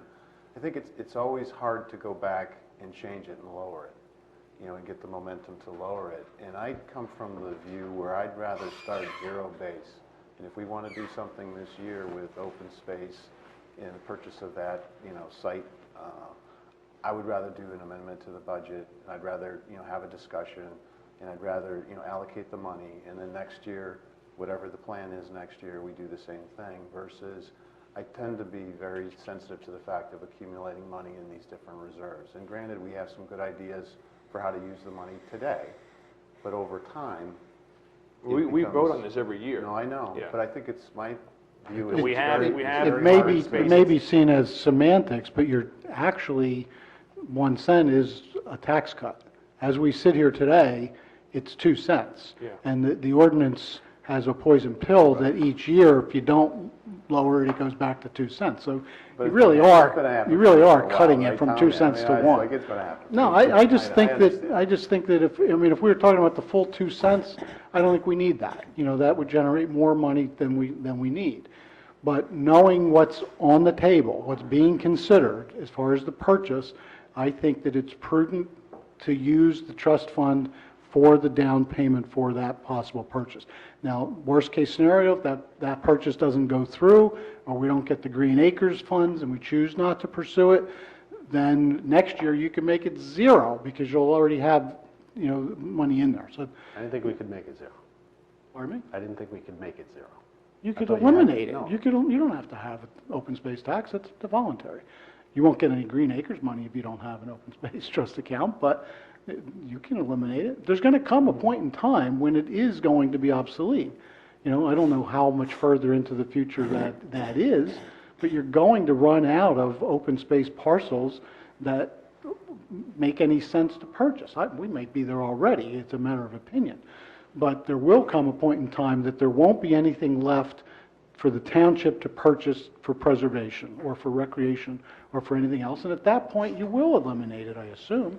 Once you've satisfied any debt related to it, it'll be gone. That's not anything that's going to last forever. Well, I'd like to just, I would echo some of the thoughts that Karen shared, but I would like to have some time to dig through the budget a little bit and figure that out. But I'm for keeping it the same and taking a further look at the budget over the next 2 weeks. Do we have any timing constraints with the other potential When would this purchase? sunset? I think it would be best if it tracked with the budget, but I don't know that it has to. I do think it would be better if it did, though. So is there a motion to table this, or is there a motion, I'll propose a motion of doing 1 cent, and we can see what everyone thinks, and then we can table it thereafter, or is it? Well, if we want to get it on tonight, before you propose, let's propose what's... Well, whatever has 3 votes. Yeah. Do Let's that, propose and you can whatever. look to We don't know what the amend 3 it. votes are until... Will somebody make a motion? Yeah, I make a motion that we use 1 cent And if that fails, then somebody can make another motion to do to 1 half a cent. cent. Is there a second? I'll second. And just to clarify the timing, though, I mean, we can't go forward with the budget until we know what we're putting into the budget or not putting into the budget, right? I mean, so Gonna make it difficult. that would be a time constraint there. Assuming this... Let me back up. What you won't be able to go forward with is the capital improvement plan, the capital budget. Whether it's that ordinance for the purchase of the land or it's the ordinance for, the road improvements and those sorts of things. That's what's going to potentially get slowed down until we see where the money is. Reallocate. Ready to vote? Mr. Mauer? No. Mr. Kelly? Yes. Mr. Sullivan? No. Deputy Mayor Schwartz? No. Mayor Ritter? Yes. So that motion is defeated. Sounds like it. I demand a recount. Exactly. One more time. Reverse order. Still 3-2. Is there a...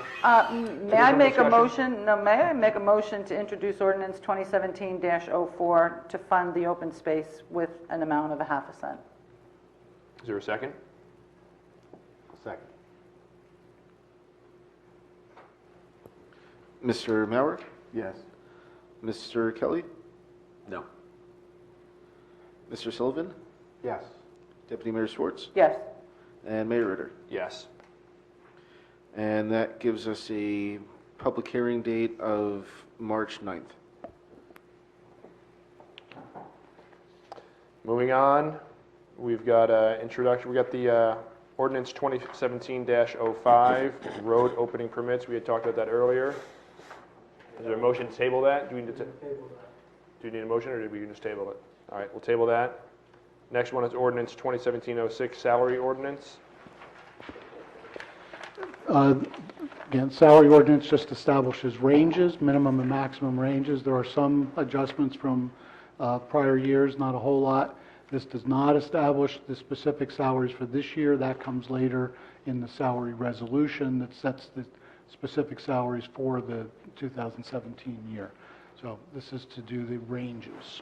Is this just a best practice exercise that we do, Tom, or why do You're required to do a salary ordinance. at a range?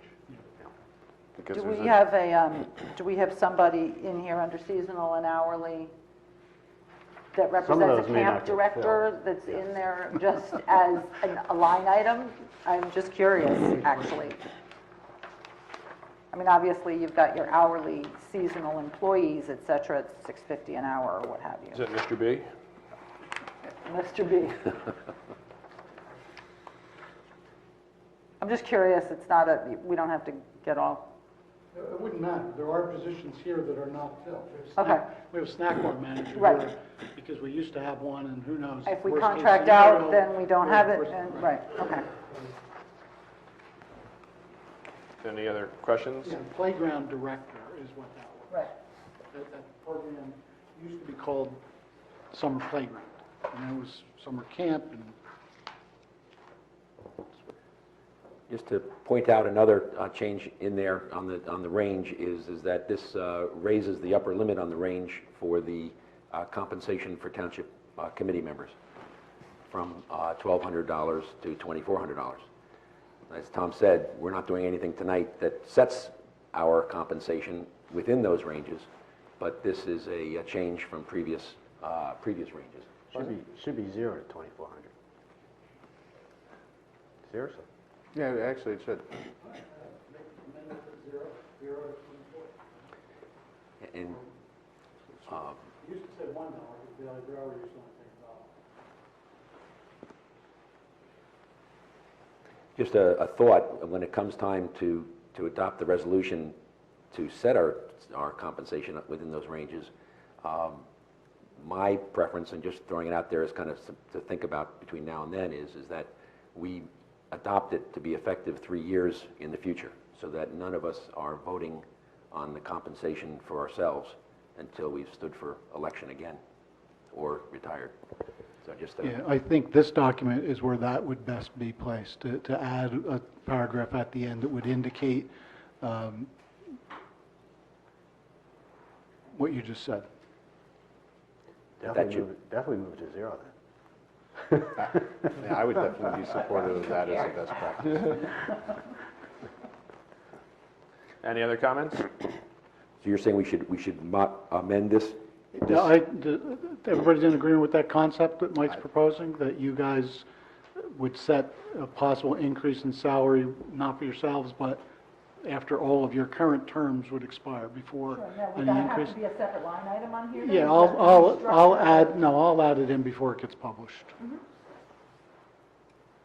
So you wouldn't really be doing a motion to amend, it would just be... Introducing it. Change. Same thing with the 0 to 2,400. And then I'll mark up a new one for you. Any other discussion? All right, is there a motion to approve? So moved. Is there a second? Second. Mr. Mauer? Yes. Mr. Kelly? Yes. Mr. Sullivan? Yes. Deputy Mayor Schwartz? Yes. Mayor Ritter? Yes. And that will also be public hearing on March 9th. Thank you, Greg. Moving on, we've got ordinance 2017-03 colony pool fees. Open up for hearing of citizens. Anyone wants to come up and discuss this? Seeing no one coming forward, is there any discussion from the committee?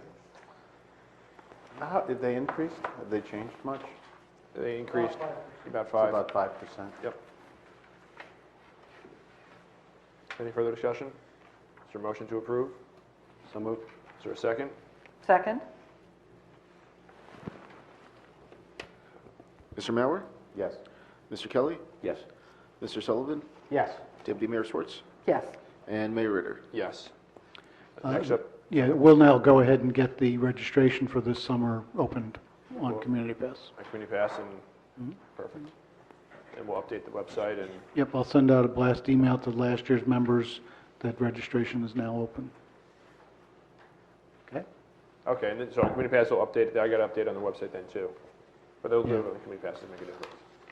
Okay, good. Moving on to the consent agenda. Greg, you want to read those off for us? Yes, sir.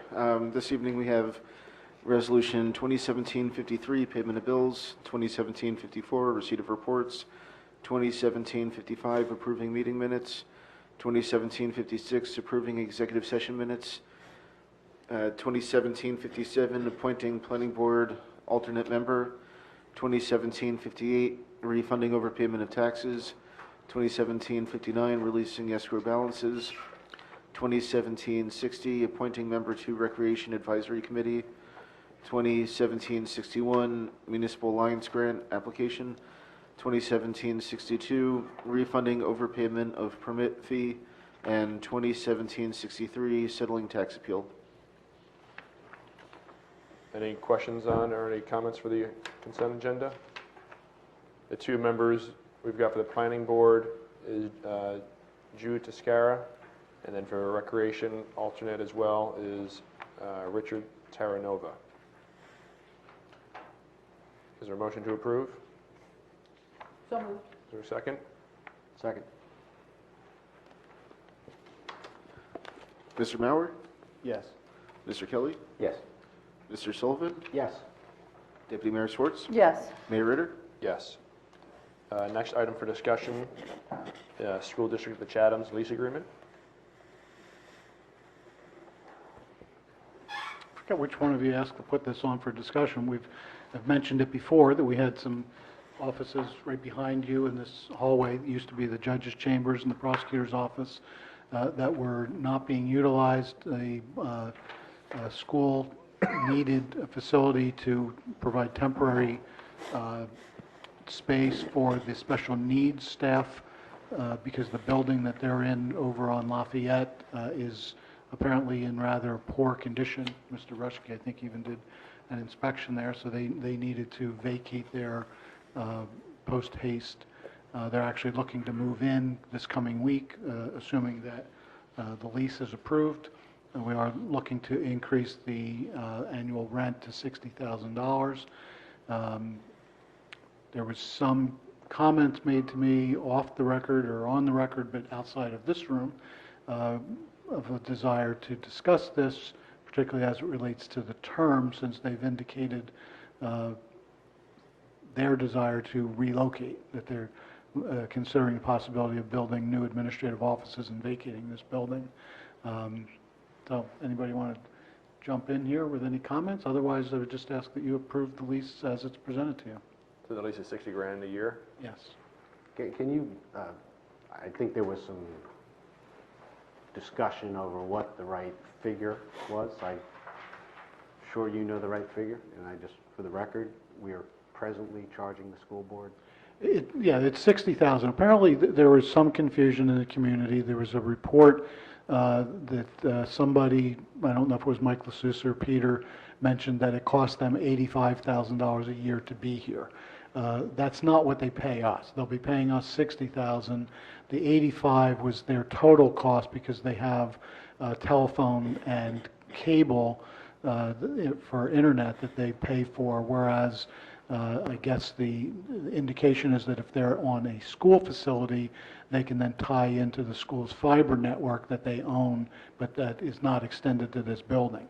So their total cost to be here is that 85. That's not what they pay in rent, though.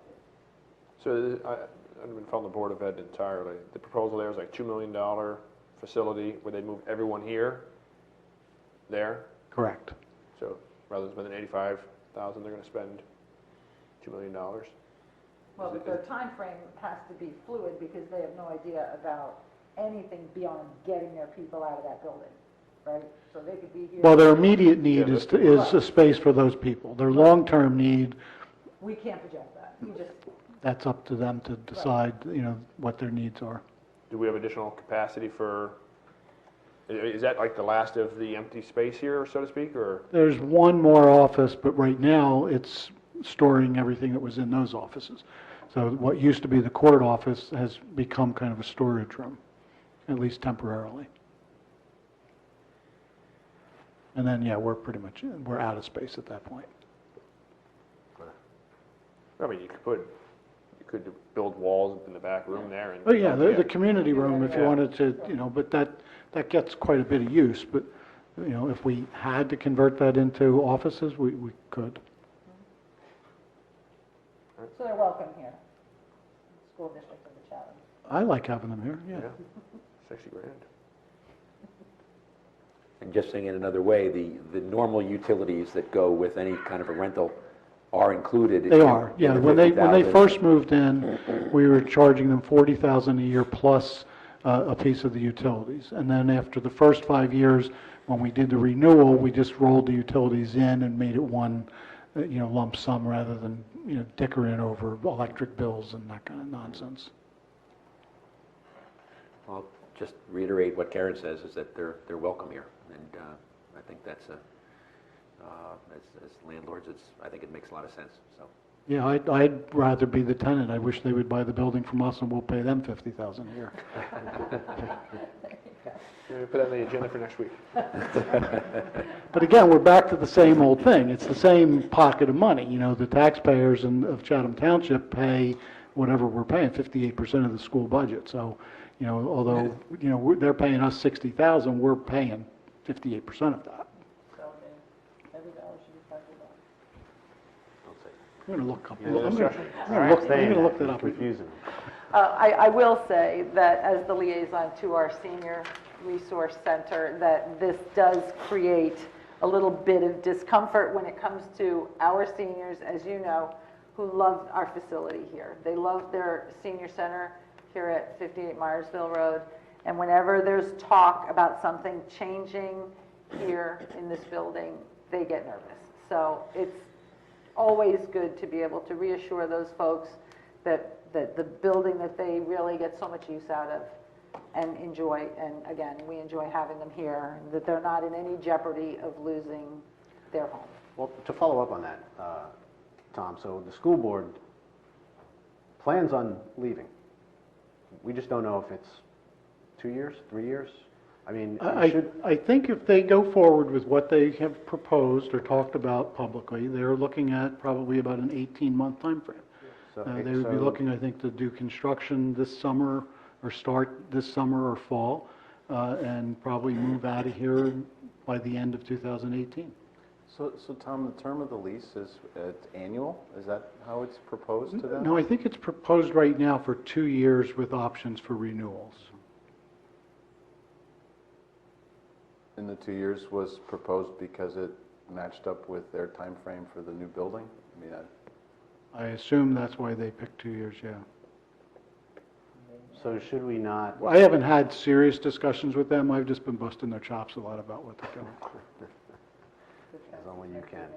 Yeah, but shouldn't we, I mean, we have a 2-year window. Shouldn't we might want to explore a tenant 2 years from the date of the signed contract? And that 2 years to get a tenant that would come into a building like this might have to do a number of, repairs, infrastructure, entranceways, and it might be in our best interest to tie them to a 2-year lease because we have someone, a potential leasee. We certainly need to think about what our long-term plans are, because if they do vacate, that leaves us with a lot of space that we're not using.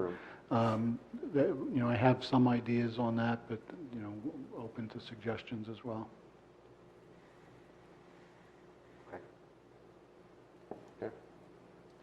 We'll now open up for hearing of citizens.